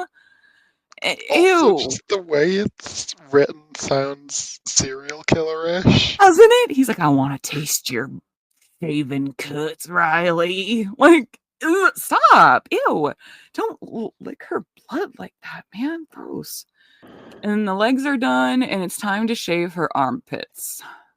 So, oh no, she has to take off her shirt. Who could have seen this coming? Except everyone with a brain. She expresses nervousness because, you know, she doesn't have big boobies like Amy does. And Hudson is all, I can't stop thinking about your little kid chest. I mean, not really. It's not a quote, but like, also basically he does kind of just say that. Yeah. Oh, he's been thinking about them little tits. I don't think he says little tits. he says some shit like that, you know. He's like, I don't care that they're little. I've been thinking about them for a week now. Ugh. He's like, I don't care that you have the chest of an 11-year-old girl pre-puberty. I love it. Doesn't matter to me how young you are. And you can really tell, like I can't say this for sure because obviously I don't know. But I have a feeling that this protagonist, this girl in the story, was originally a lot younger. Just the way she's written. Yeah. It seems like she was supposed to be like 15, 14, about. Maybe even younger than that. Because, I mean, again, they really are describing, and not that, you know, having like small flat-chested boobs and, you know, being post-puberty is like not womanly, like that's not what I'm saying, but the emphasis on her little kid body and how she keeps saying to the audience that she has a little kid body, like, and it's usually in contrast with Amy because, you know, Amy's got big old boobies, but she does say, I look like a little kid. And so like the way it feels in your brain is like, I know she's trying to pull off that she's like a week away from turning 18, but it reads like she's writing a 12-year-old. It's very uncomfortable, to say the least. And we also know that is Kay Webster's kink. Almost all of her like female characters are below the age of 18. A lot of them are a week away from turning 18, and the sex happens on the 18th birthday, because God forbid you let a kid get a minute past midnight on their 18th birthday without fucking them stupid. But a lot of her earlier ones, she doesn't really pull punches. She writes them as 16, and I have a feeling she'd go lower. Like there's one protagonist from the Wild series where everyone thinks she's about 13, Uh-huh. and her her age is kept as a mystery throughout almost all of the book. And she just agrees every time someone says, "You look like you're about this old." She says, "Sure." And so, like, she's everything from 13 to 19, like, throughout the whole book. But everyone says how she looks a lot younger if she is legal age. And so, like, she makes you go through this whole book of these characters fucking with you not knowing how old this girl is. And she makes you sit through it. And of course, the guy that she's fucking is like 40. And you find out the twist in that one is that she's actually 19. She's not 13. That's the I twist. don't think I've ever met a 19-year-old who looked 13. I have once, and And she did have an underlying, like, musculoskeletal condition. okay, I definitely don't think I've done the opposite and met a 13-year-old who looks to be 19. Yeah. My niece is 13 and she looks a lot older than she is. She is very, very tall for her age. And like she hit puberty like around like 8. So she has been going through puberty now for like 5 years. So she looks older than she is. She still doesn't look over 15. Not a day. And she looks very old for her age, and she doesn't look a day over 15. So if she doesn't look fucking 19, like, there's no 13-year-old alive that you could convince me is 19. Again, unless there's an underlying condition. Yeah. And so this girl, like, I keep picturing her in this book. I keep picturing her as a lot younger than she actually is because of all of this reinforcement that she's a kid and she has a kid body and she's a kid, blah, blah, blah. And it's really fucking gross. Oh, yeah. I'm like, Kay Webster, what the fuck's wrong with you? Like, if these are your fetishes, go to therapy. Don't write books. The author's poorly disguised fetish. He gives in and starts touching. Oh, this is after she's taken her shirt off, and Hudson's like, I can't stop thinking about your boobies. So he gives in, starts touching her boobs, and he licks her nipples. It's uncomfortable as fuck. They make out, then dry hump against the wall. The text is littered with references to how tiny, small, and tiny thin she is. It serves to further remind the reader that she's a child, and I think that must see. I never change. I think that must be Kay Webster's kink. I agree, past me. Check her hard drives. I agree, past me. They start touching each other's genitals with their hands. And I didn't write it down, but I can't remember if it's over the pants or under the pants at this point. And they turn the light off because they start telling each other, like, if the lights are off, we can pretend we're not actually related and blah, blah, blah. So they turn the light off. And then suddenly Aunt Becky is pounding on the door. What were you two doing in there? Aunt Becky demands. She wanted to shave her legs and I didn't want her alone with the razor. Mostly the truth. This is extremely inappropriate, she bites out. You're practically naked. Anger swells up inside me and I glower at her. Stop, I snap. Stop whatever you're insinuating. She's my fucking sister. Watch your tone, Hudson. I may be legally responsible for her, but I took you in because I love you, not because I have to. If I think Riley's safety is in jeopardy, I will send you. My safety in jeopardy? Riley asks, her voice shrill. You're being crazy, Aunt Becky. He's my brother. Which is why you two don't need to be locked in a dark bathroom together, missing half your clothes. Aunt Becky screams, throwing her hands up in the air in frustration. Riley, go to your room now. Agreed on all points, Aunt Becky. You're right. They should not be doing that. I was wondering this because it sounds like they were making a fair bit of noise. Yes.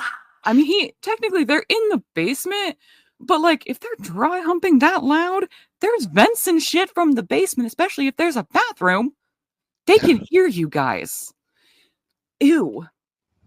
And like again, Aunt Becky, yeah, it does look shady as hell. They're half dressed. The light was off, and it took them a little while to come out and unlock the door and come out. What the fuck do you think they're doing in there? He was shaving her in the dark? How? by feel. Sure, that makes sense. Riley goes to her room. Hudson gaslights Becky about the whole thing and then drives away like a little bitch baby.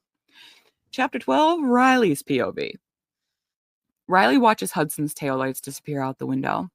Becky knocks on her door wanting to talk. Riley gaslights Becky as well about what happened, and Becky admits that she may be reading too much into it. You aren't, Becky! Call the police! Becky leaves. Riley immediately calls Hudson. Hudson is going to Amy's to apologize to her and try to get back with her. He tells Riley it's wrong. They can't be together. Riley spends the next 3 days crying in bed, wearing a sweatshirt of Hudson's. Hudson shows up to make sure she's not just sulking, which she for sure is. He tells her Amy wouldn't take him back exclusively, just casually dating, and she encouraged him to see other people. Come on, Amy, just tell him to cram it up his ass. Like, what the fuck, girl? How is that the worst solution you could possibly have come up with? Even just being back together would be better than that. Riley and Hudson cuddle, but they don't do anything sexual. Chapter 13, Hudson POV, 3 weeks later. Hudson's back at school, sucks at baseball. No one could possibly care. Did you guys even remember that he played baseball? No, it's apparently the whole thing he does. He thinks about how he wants to fuck his sister, and he Googles incest laws. He gets mad at Montana for some reason because they have a life in prison possibility for incest. They live in Mississippi, so I don't know why he's mad at Montana. His roommate sees him looking up incest laws and questions it. Hudson lies and says it's for a paper he's doing for a class. This leads to a conversation about inbreeding, where Hudson asserts there is no proof that siblings having children leads to genetic disorders. This is incredibly incorrect, and I did research it just in case, but I refuse to even validate this stupid-ass argument by I refuse to even validate this stupid-ass argument by participating in it. Kay Webster trots this out in all of her books about incest, and it is patently incorrect. Don't breed with your same gene pool, you morons. The biggest issue, though, is that Riley is at a high school party and Travis is there. Hudson gets all chest thumpy about it. They text back and forth and he gets horny, so he starts jerking off. And she calls and they talk about wanting to bang each other. She goes into an empty room at the party. They masturbate together. It's uninteresting, except for the same plea I make of all these romance novels. Stop saying folds and stop using the phrase fisting my cock, because holy shit, I've seen some things on the internet and that may not be what you think it is. I'm a sensitive little thing. You can't say that. You're going to give me a new fetish I didn't ask for. I'm pretty sure Peanut has used those exact words about Daniel Larson multiple times. Ew, no. Peanut, stop. You have to believe what I picture when I hear that. It's monstrous. It's monstrous. Stop it. No one's allowed to say that ever again. Also, please stop saying folds. It's just as gross. Anyway, they orgasm. She sends him a nude. He looks at it, deletes it. It's boring. Chapter 14, Riley. It starts with a flashback. Yeah. 13-year-old Riley steals Hudson's phone. He comes to get it back. She accidentally touches something on it, and porn starts playing. They wrestle for the phone. She feels his boner, and flashback. You guys, it's so important to the rest of the book. I'm fucking kidding. Obviously, it's not. Present day, Becky and Randy are leaving for a couples retreat over the weekend of Riley's birthday. It's so convenient. I'm sure no one can guess where this is going. They had it booked well in advance. So convenient. It's her 18th birthday, so in Kay Webster's world, this makes fucking each other okay because it's no longer underage. She loves doing that shit. It's happened in a lot of her books. Not in the wild, though. That one started at 16. Anyway, Hudson is there and they immediately start making out after their aunt and uncle leave. They dry hump again, both come, then they go shower because they're going to get tattoos. Their tattoo idea wouldn't be stupid if they were normal siblings. They each get their last name written in the other's handwriting on them, which honestly, if this wasn't a book about sibling fucking, I would actually probably do that with my brother because we have obviously the same last name. And I would see that we're really, really close. And I think that's a really cute idea, but ew, this is gross because they're fucking each other and now they're going to have matching tattoos of their last name to remind themselves that they're related to each other. Chapter 15, back to Hudson. The chapter starts with Hudson being a fucking moron in his own thoughts, comparing how much he loves Riley with how much he loved Amy. Of course he loves Riley so much more. Check out his batshit reasoning for incest being illegal. For years I was with Amy, and most of those I swore I was in love with her. But the buzzing in my veins when I'm with Riley is unlike anything I've ever felt before. She's all I can think about, all I care about. What I have for her is more than love. Not only do we have the same love and attraction and chemistry between a man and woman, but we also have the same history and familial experiences added on top. That's why it's a problem. Maybe that's why incest is frowned upon. A double dose of love. A lethal amount of love. But too much love seems like a good problem to have. Hudson, you idiot! That's not why it's illegal. Do everyone a favor and throw yourself off a fucking cliff, you idiot.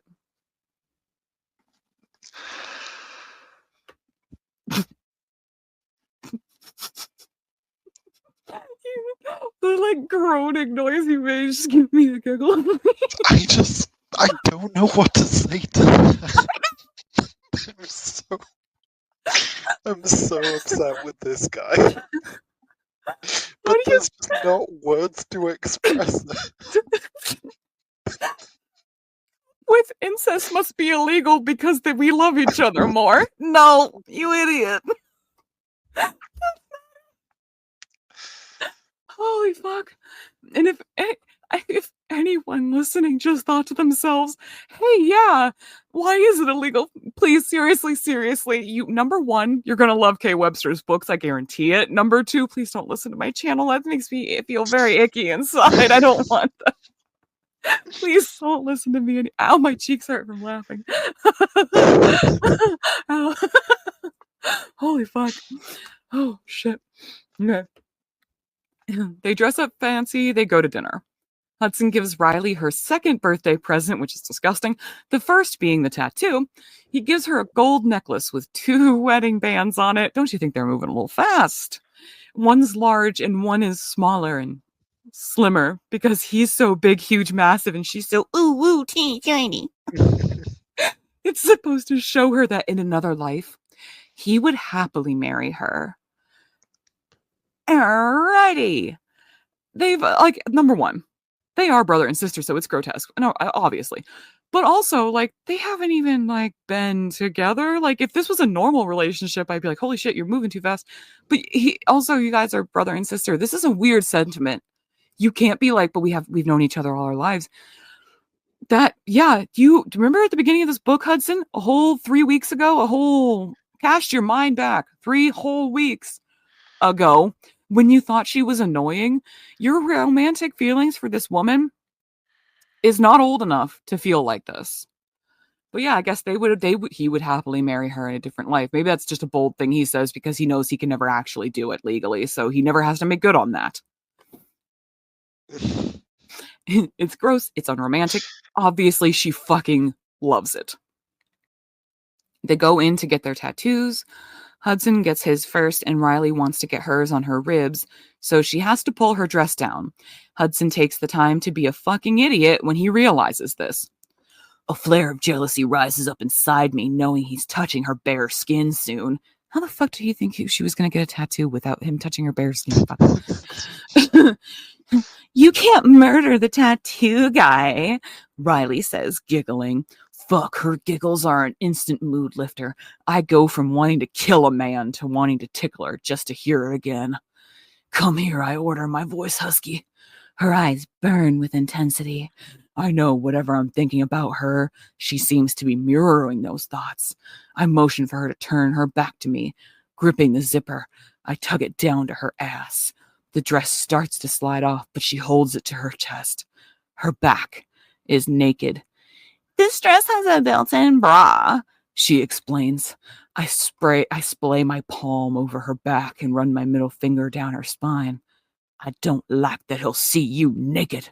She turns her head and whispers, I'm yours, Hudson. Only yours. So apparently Hudson thought the tattoo artist was going to tattoo her through clothing. I don't fucking know. Anyway, then the tattoos are done. They go back to their aunt's house to eat cake. Hudson asked for the bakery to write heathen, but they wrote Heather instead. Then they make out. Now, I don't know if you've ever seen K-Cracks. I have. Like, there's a whole site, yeah. And that's all I'm thinking about. I think I just want to get away from the incest fucking. Yeah, honestly, like, I think I'm gonna just go to my happy place with just cake farts. And, to get away from this. And they haven't even full on started banging yet. They're obviously about to. It's after midnight on her birthday. She's 18. He's gonna toss one in her.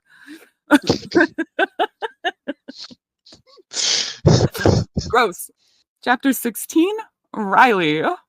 They dress in pajamas and lay in bed to watch a movie together. They bitch and moan about how they can't fuck because of the law, and they start dry humping again. Inevitably, they start to fuck. Riley is a virgin, and of course, Hudson has the biggest, thickest, hugest, biggest, most massivest wiener in the whole dang universe. So naturally, this is how he first eases her into sex. And this is in the moment, everybody please really hold on for this. Like, there's not going to be a lot of jokes in this chapter. It's actually genuinely very upsetting. The characters don't think it's upsetting. I think it's upsetting, and I want to warn you all, he's going to be very forceful. And again, she is fully consenting and enjoying it, but that's only because the author is writing it forcibly so that she is. If this was realistically written, she would not be. Okay. I want us to have this, I cry out in exasperation, but it won't fit. His eyes flicker with madness and fire. He loses control. It'll fit, goddammit. With those words, he grips my hips and pushes me down along his shaft. At the same time, he thrusts his hips up hard. I scream because it's painful and feels as though he's ripping me in two. But the scream is also a battle cry. We've finally won this war. I'm useless, but he doesn't seem deterred. Of course he wouldn't. With ease, he rolls us on the bed so he's on top because she can't control it, you know. His hips thunder against me, sending more exploding pain. I want to drill down on that. It's from her point of view. She describes it as exploding pain. Rippling through me, tears leak from my eyes. But I'm happy. So damn happy. He's lost to the sickness. Yeah, definitely don't have any care and consideration for your teenage sister you claim to love more than anything. Just rip her apart. Fucking lovely. That's it. That's how they start having sex. That's how he treats his sister who hasn't fully recovered from her attempt on her own life. Their parents just died. She is a child. And that's how he decides for her to lose her virginity. And he's going to say, I don't want another man to hurt you. He wanted to kill the tattoo artist merely for touching her bare skin non-sexually. And this is what he does to her. You can't tell me Kay Webster didn't write an abusive partner. That's what she did, whether the text recognizes it or not. That's what that is. And a fucking warning, Kay Webster, which you did not give me. You didn't allow me to have any warning that any of this was going to happen. Not a fucking thing. And you can't just say that the character likes it, enjoys it. Exploding pain, ripping me apart, ripping me in half. Excuse me, ma'am. You can't say, I'm happy. You can't just say, it's our battle cry. I'm so happy he's done this to me. Why the fuck? Why wouldn't you write a character taking his time, treating her well, checking her for, are you okay? Do you feel all right? Would you like a minute? Can we ease it in? What do you think? Let him do, if he's never had sex with a virgin. I know he has. He's been having sex with Amy, and God forbid he would ever sleep with a hoary whore who would ever sleep with anyone but him. But he does mention in the text that Amy and him were each other's first. And so this is not even the first virgin he slept with, but let's say it is. Do a cursory Google about how to make it better, how to make it hurt less. No, this is it. Just slam in. Just rip her apart. Yeah, just go for it, bud. Like, I don't think I've ever hated somebody the way I hate this dude. Except for maybe that one that I'm currently reading that I've been putting screenshots up where it is just explicit sexual assault and the text calls it as such. Maybe I hate that guy more. I can't really tell. Holy fuck, Gay Webster. A romantic, dreamy lead, everybody. I wish my boyfriend was like that. I wish he was so dreamy and just hurt me willy-nilly. I'm actually going to smoke after that. What? I said, look, some people are into that. I mean, well, now I am. Oh my god, let's turn my heater down real quick. I am sweating to death. Kay Webster is doing this to me. Kay Webster turned my heater up. Hey, you bitch. My electronics alone, you fucking poltergeist.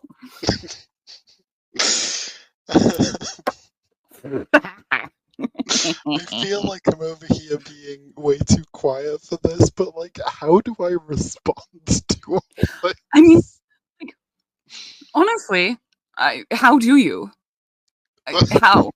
I don't know.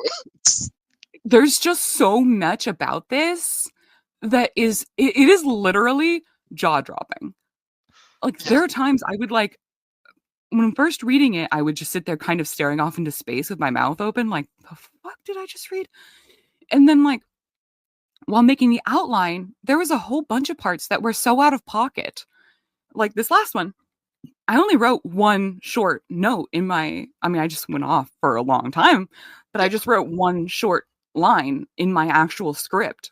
I just wrote, yeah, definitely don't have any care and consideration for your teenage sister you claim to love. That's all I wrote. Because I was sitting there after I copied that going like, I genuinely don't know what to say about this. Like, and this is the second time I've read it and I'm still like, fuck, Kay Webster. Like, you fucking got me, bitch. I don't fucking know what to say.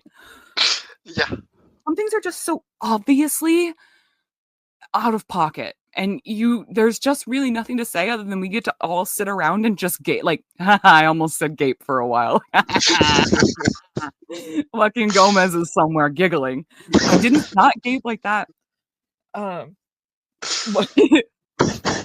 Gomez and I have this running joke that every time anyone says like she gaped at me, that kind of thing, we all pretend it's someone holding their butthole open like goatsy at them in all texts. And so like we try to outdo each other with the best like situations of using it in text. Like that was one of our stupid games. And she turned around and gaped at me like, oh wow, that's rude of her. But your asshole away. You've got to turn around first. Why is she? Yeah, exactly. She turned around, bent over, and gaped at me, and I was like, "Oh, there's my watch." I was like, I knew I lost it somewhere. Fuck! Ow, my teeth are. Oh, fuck. Okay. Oh, we're getting through it, y'all. Chapter 17. We're back to Hudson. They fall asleep, they wake up, start fucking again. I guess pain is of no consequence. I remember when I lost my virginity, I didn't want anyone to touch me for weeks after, but okay. The first time they had sex, they did it without a condom, so... Well, I'll just read. Last night we were reckless.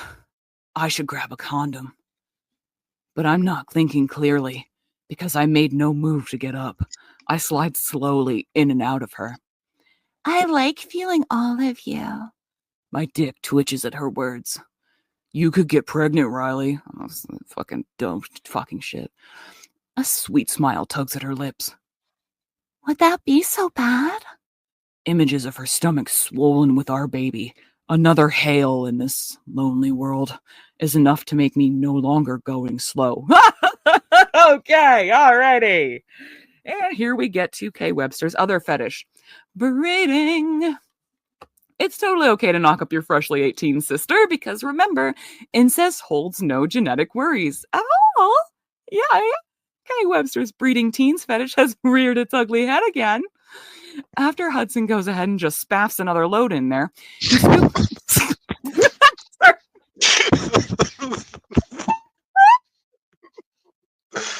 Oh, I wasn't expecting that word choice. I forgot I had written that. It kind of exploded out of me. Oh, fuck.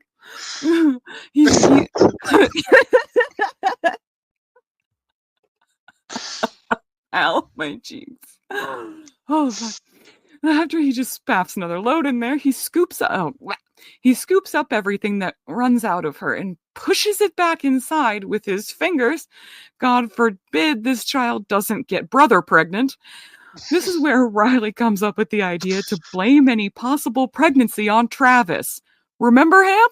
I told you to keep him in mind.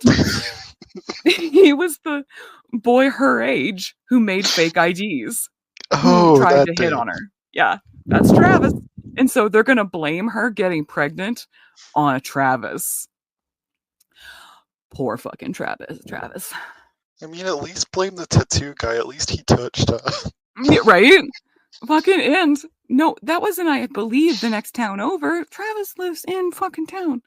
And, like, people are gonna talk to him, right? And I bet he's gonna say, I never fucked her. Who? But don't worry, it'll magically work. Also, remember when I said the cure for bipolar depression is fucking your brother? Here we go, baby! She laughs and it's beautiful. My sister has struggled with her depression her entire life. And during a time when she should be suffering the most on the heels of our parents' deaths, she's thriving. Because of me. Because of what we've become. She was right. Our love, no matter how sick it seems to others, is a cure. Y'all think I was like being hyperbolic? I have depression, and I'm going to stick to Cymbalta instead of fucking my brother, but thanks, Kay Webster. I'm sure he's thrilled about it too. He's also on Cymbalta. Oh, fuck. They go to their parents' graves, the most erotic thing to do after you lose your virginity to your brother. They leave flowers. They come back home to watch a movie. Their aunt and uncle come home early from their retreat and ask Riley what she wants to do for her birthday. Hudson then justifies incest in his brain again for curing his sister's mental illness. Aunt Becky flinches at her laugh, like it caught her off guard. It's a reminder that Riley doesn't normally laugh a lot. I did this. I made her well. We're doing the right thing. Exact quote. We're doing the right thing. At this point, they can't break up. You can fuck her for medicine. They all go out to eat. Your sigh was so good. Kay Webster, you're ruining people. I'm physically in pain right now. So am I. Thank God I'm almost done. This is page 15 of 18 and I'm halfway through it. But I am also in physical pain, not from this because I have technically read this book twice now. But my legs are giving out. So it's a good thing we're splitting this into two parts so we could record the next one upcoming week. I've got about 40 minutes of sitting upright left in me. It's a good thing. Halfway down this page, chapter 18, chapter 19, chapter 20, and chapter 21 are all on just the rest of this half a page. That's how short each one is and how pointless the next 4 fucking chapters of this book is. Okay. They all go out to eat. Becky tells them she's pregnant, so don't worry, she wasn't a childless woman for long. She says she's hoping for a boy, and it should be noted again that all main character pregnancies in K. Webster books are boys. So she's very obviously a boy mom. Chapter 18, Riley POV. Riley goes to therapy, lies to her therapist that she has a boyfriend from school, then later her and Hudson have phone sex. The whole chapter is pointless. Chapter 19, Hudson. Hudson gets kicked off the baseball team, so Riley drives out to his college to visit him. They fuck. Another pointless chapter. Chapter 20, Riley POV. We are speeding along, people. They start making out again. Hudson's roommate bursts into the room, and they jerk apart. He clearly realizes something's going on, but invites them to the lake with the slutty slut bartender that Hudson cheated on Amy with. Everybody remember Jada? Poor fucking Jada. Nick, the roommate, is very much suspicious of them. When they get to the lake, a boy named Logan flirts with Riley, and Jada Big Boobies flirts with Hudson. I almost called him husband. Everyone goes skinny dipping. While naked in the lake, Logan pulls Riley underwater and rubs his dick on her, which he pulls her underwater in order to put his wiener on her. He could have just walked up behind. Why did he have to try to drown her? I do not fucking understand. But Hudson freaks out, punches Logan, which I'm fine with that, and then drags Riley out of the water. It also should be noted that in K. Webster books, girls are always getting constantly sexually assaulted. They grab their clothes and storm off to Hudson's truck. Naturally, since there are a bunch of people there and they're trying to be discreet, they fuck against the truck in the parking lot. Then they leave. Very pointless. Chapter 21, Hudson POV. Nick, the roommate, confronts Hudson about fucking Riley when they get back to college. They tell him he's crazy and he stomps off. Hudson and Riley get a hotel room for the night. They do butt sex and not the good kind. By good kind, you mean pegging? Yes. Cool. Just wanted to clarify. Yeah, they don't do the good butt sex. They do the bad butt sex. They do the bad butt sex. They don't have fun pegging. Hi, Printo. Hi, Printo. Hi, Printo.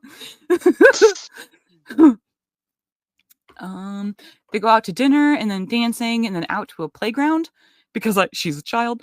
Oh god, that was just a off the cuff joke, but my previous joke in the script is maybe Hudson is looking for a younger model already. Who knows? Ew. Past me. People be acting like this past me. That one should. I'm reading Smile Man at the moment.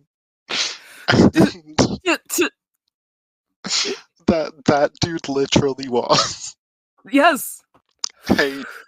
He's one of the grossest men to ever live. Yeah. I think the thing with him is that like it starts out and it's like, oh, this is like it's goofy. Like it has its scary moments, but it's goofy. And then it just slowly gets worse and worse. And you're at a point where it's like, oh, it can't get worse than this. And I've had like 10 of those moments and it always has. And like you start like nervously looking at the slider on the side, like how far are we? We're not even halfway. Oh my god! Yeah.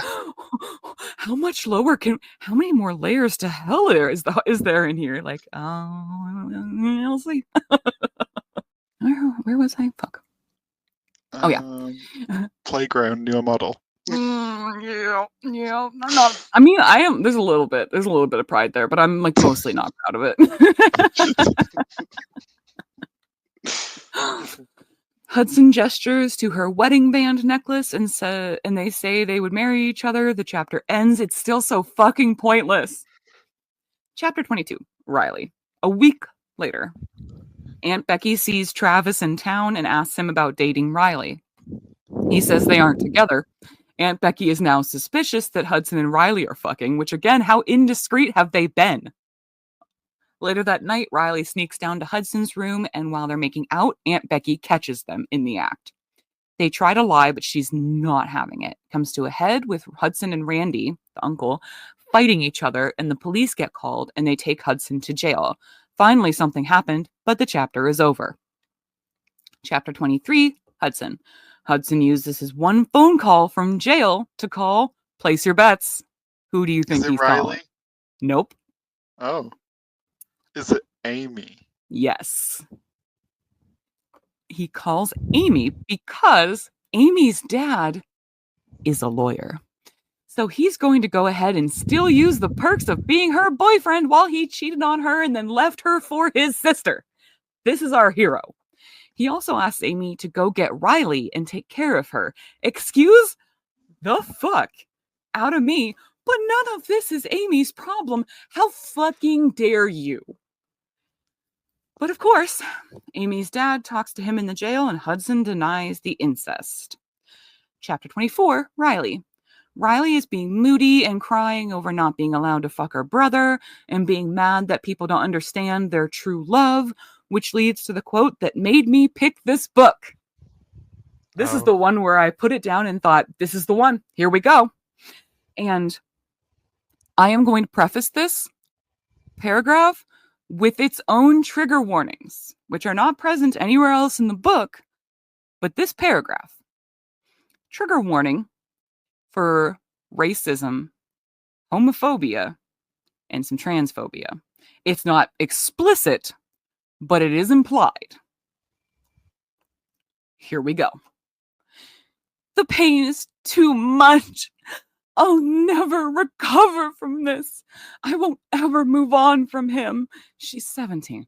He's my one true love. We all felt that like that at 18. I don't give a fuck about society. Fucking hypocrites. People lie and cheat on their spouses. They abuse children. Fudge on their taxes. Yeah, she really used fudge in this meltdown, but yeah, way to take the fucking steam out of it, Kay Webster. File bankruptcy, don't pay their bills, they hit the ones they love, say cruel things to the ones they care about.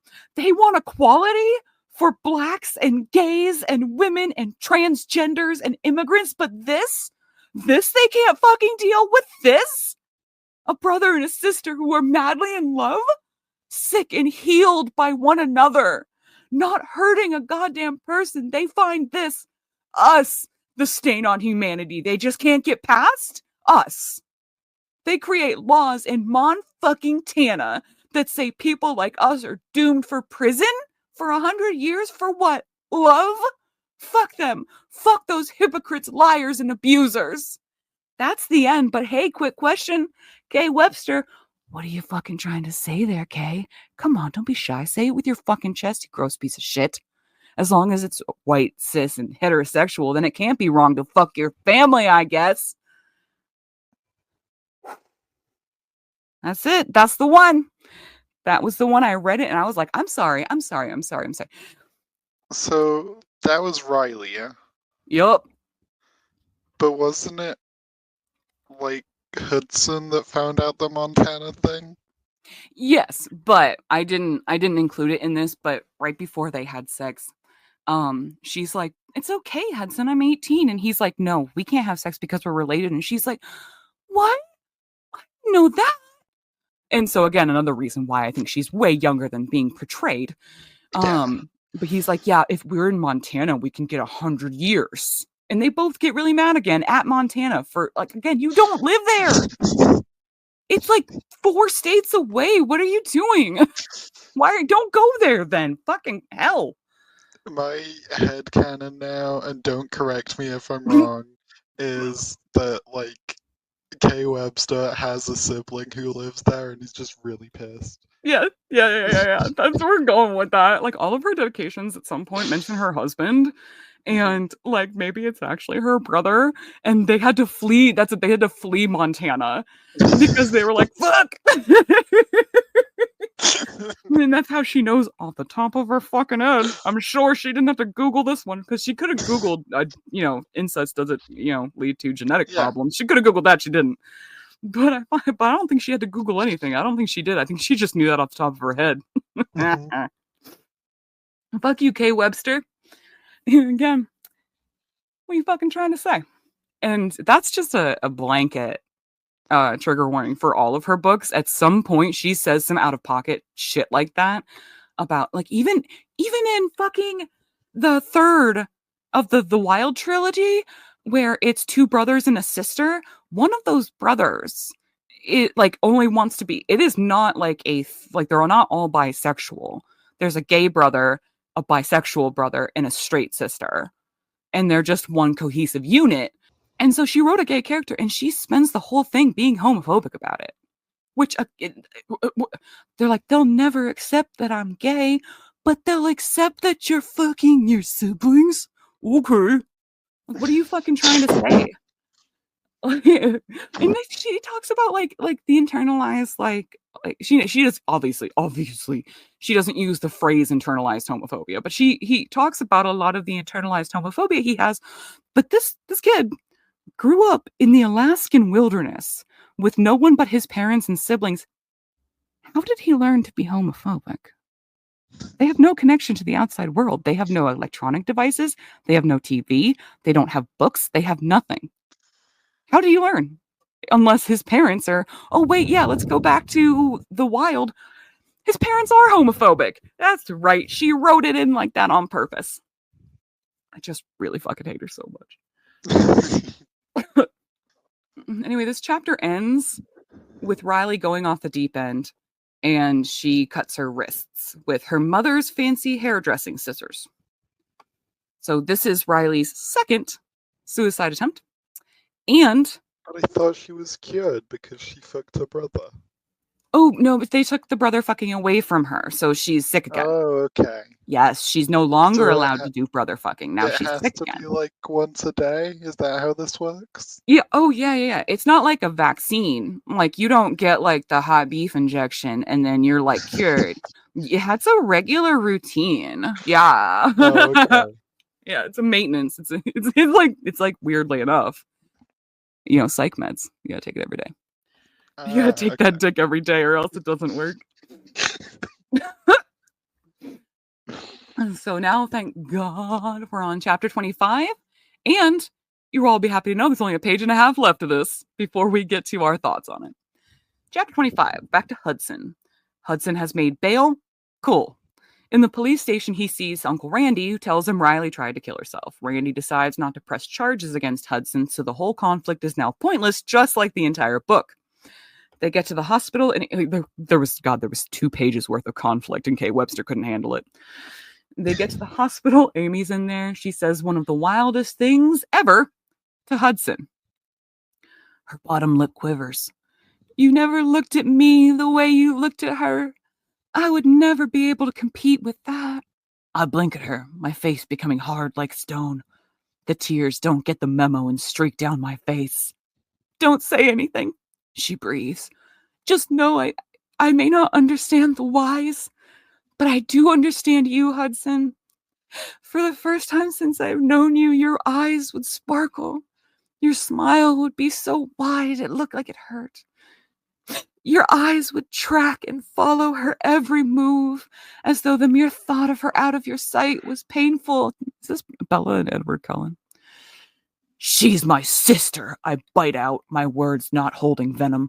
I'll never admit to what Riley and I have. Not in 1,000 years. It's our secret. Nobody has to know. I know, she says. I know you love her more than anything in this world. And what I'm trying and failing to say is, I want you to have that. I want you to be happy, Hudson. I just want to keep her safe. She purses her lips together. Then to keep her safe, you need a new life. Your life can't exist here where everyone knows how you're related. Amy, what the fuck? Like, insert Tyra Banks, I was rooting for you, we were all rooting for you clip. Amy, this man cheated on you with a bartender and with his sister. You can't be like, yes, Hudson, you can use me and abuse me. Use every single part of me. You want to use my dad's legal resources for free? Yes, absolutely. You want to stay with me while your legal guardians kick you out for sister fucking? Yeah, absolutely. You can do that. Yes. And do you want me to just make you like never have to feel a bad emotion ever by forgiving you for every single shitty thing you've ever done to me? Cheating on me, fucking your sister, being an absolute goddamn weird incestuous fuck. I'm not even going to turn my nose up at that. I'm going to totally understand because your eyes are sparkly. Kay Webster, what the fuck? are these characters. It's okay if even one of them is like, I'm not cool with this. You know that, right? And then like, I prefer if all of them were like that.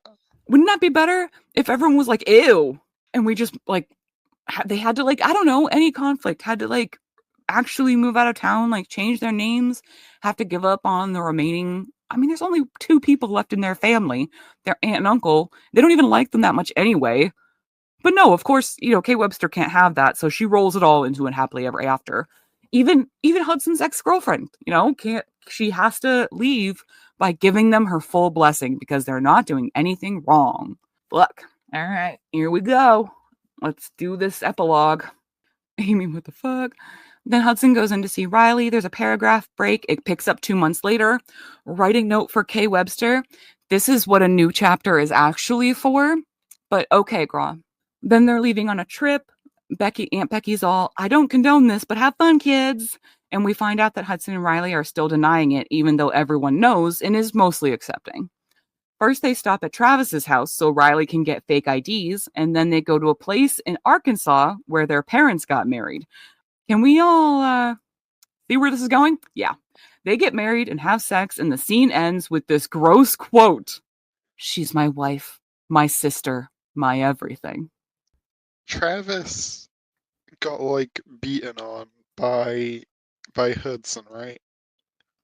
Like in the pool or what the lake. Oh or no, whatever? that was Logan. That was an entirely different character who was just randomly at the lake. Yeah, he only existed to sexually assault. Okay. I was Riley. Confused. I thought they were the same guy, and I'm like, why is he still helping them? I mean, Right. why is he still helping them? But like, I mean, also that. Why is he? Chapter 26, Riley POV several months later. Because of course this piece of shit has 2 epilogues, one several months later and one 6.5 years later. But we only have 2 more paragraphs to read. Riley and Hudson are living and working in some forest cabin rental place. Like, go figure, Riley is pregnant and cooking. She's pregnant and barefoot in the kitchen.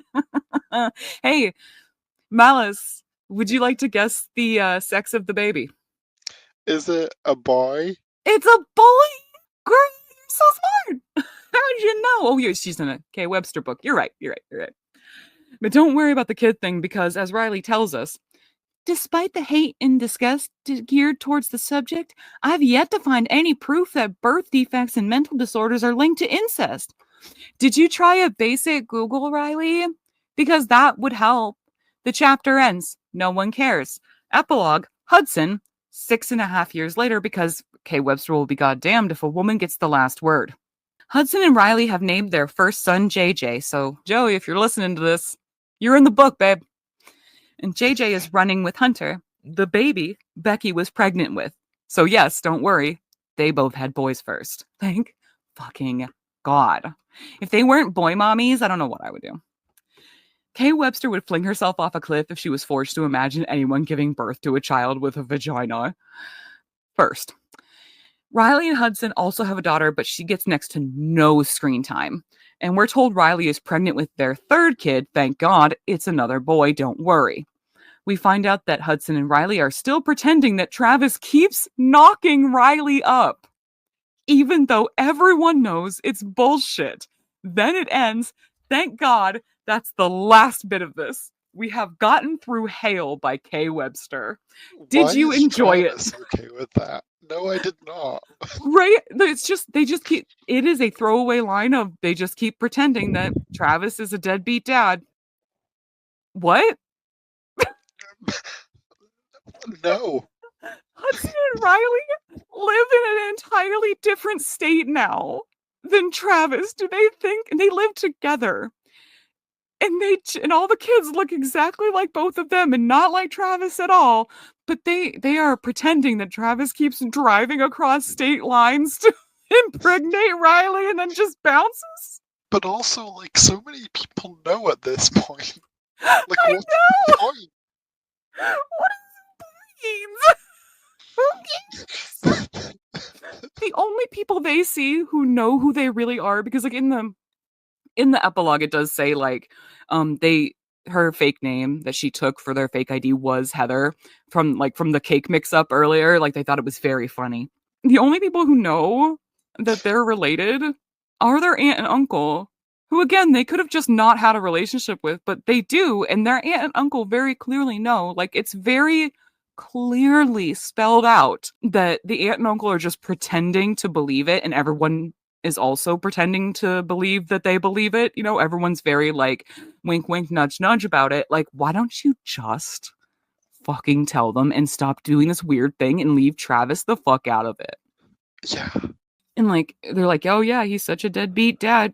Dude, he's probably like at this point like married, like maybe starting his own family. He doesn't need this shit in his life. Maybe he's dating Amy and they can run away and like have happy life together. Like, I'm rooting for Travis and Amy. She's like, Travis, you don't want to fuck your sister, do you? And Travis is like, ew, what? And she's like, nothing, never mind.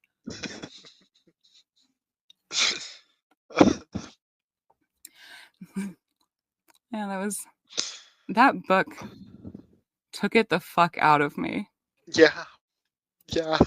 It is somehow worse than a lot of the other books of hers I read, even though the other books of hers that I've read have had more triggering topics, like more consistently, or like they were a lot darker, or the trauma of it is, you know, like a lot more pronounced. But something about this one in particular really fucking set my teeth on edge. Yeah. I mean, I know you've not heard my book yet, but I think from my perspective, this is worse. And that I think, like, the perspective in my book is kind of darker. It's about a woman who was human trafficked. Jesus. Yeah. And mine's worse. Holy shit. Kay Webster, do not be proud of that. Like, you fucked up, Kay Webster. You fucked up. Like, yeah. Like, how do you fuck up that badly? It takes effort, I think. Yeah, you have to want almost to do something that poorly to be so fucking upsetting that the person who read the trafficking book is like, I think yours might be worse. And for all, like, if they weren't like related and a lot of the tropes weren't a part of this, it would be kind of like a beachy read, like to the point, because it's not like, and by beachy read I don't mean like feel good, but I mean like it's super easy to read, like it's not hard, like there's enough like smooching each other to like kind of get you through like the sadder parts of blah blah blah blah blah blah. Like, you wouldn't have to think about it that much, but like everything about it is so, it's like they took a fun beachy read and like put it in the bizarro world where everything is backwards and none of these things should be like this, and you're like, ew, this doesn't feel like it should feel. Yeah, it's awful. So fuck you, Kay Webster. And we are going to see, and as I said, it'll be my book this week, and then Malice's book will be next week. And then we're going to give you guys some good book recommendations at the end of that one that you can enjoy. But because I don't think anyone should read anything by Kay Webster. Don't do it. I am a worse person for having read this much of it, honestly. And every single person in my Discord I have forced to look at screenshots of it. I'm sorry. You're all probably gonna die soon. I don't know. Maybe it's like the ring. I've fucking exposed you now. My bad. Join the Discord. We talk about bad books too. Oh yeah. And if you for some reason just listen to this episode and you're like, hey, I love this book review channel. Sorry about all the other videos. But we do have a dedicated thread to it. You can come to the Discord and not, leave that thread if you want. You should though. It's funny. Yeah. Yeah. The invite is in my channel description. Or you can leave a comment and I'll help you find it or whatever. I don't know what I'm saying anymore. And so, yeah, I've gotten to the point where, like, my legs hurt so much, my brain is having trouble splitting, like, the focus of speaking make words and like dealing with like putting the pain in the back of my brain. So I am going to let you nice folks go. And I'm going to go myself and be whiny about it. Would you like to say goodbye, Malice? Goodbye. Bye.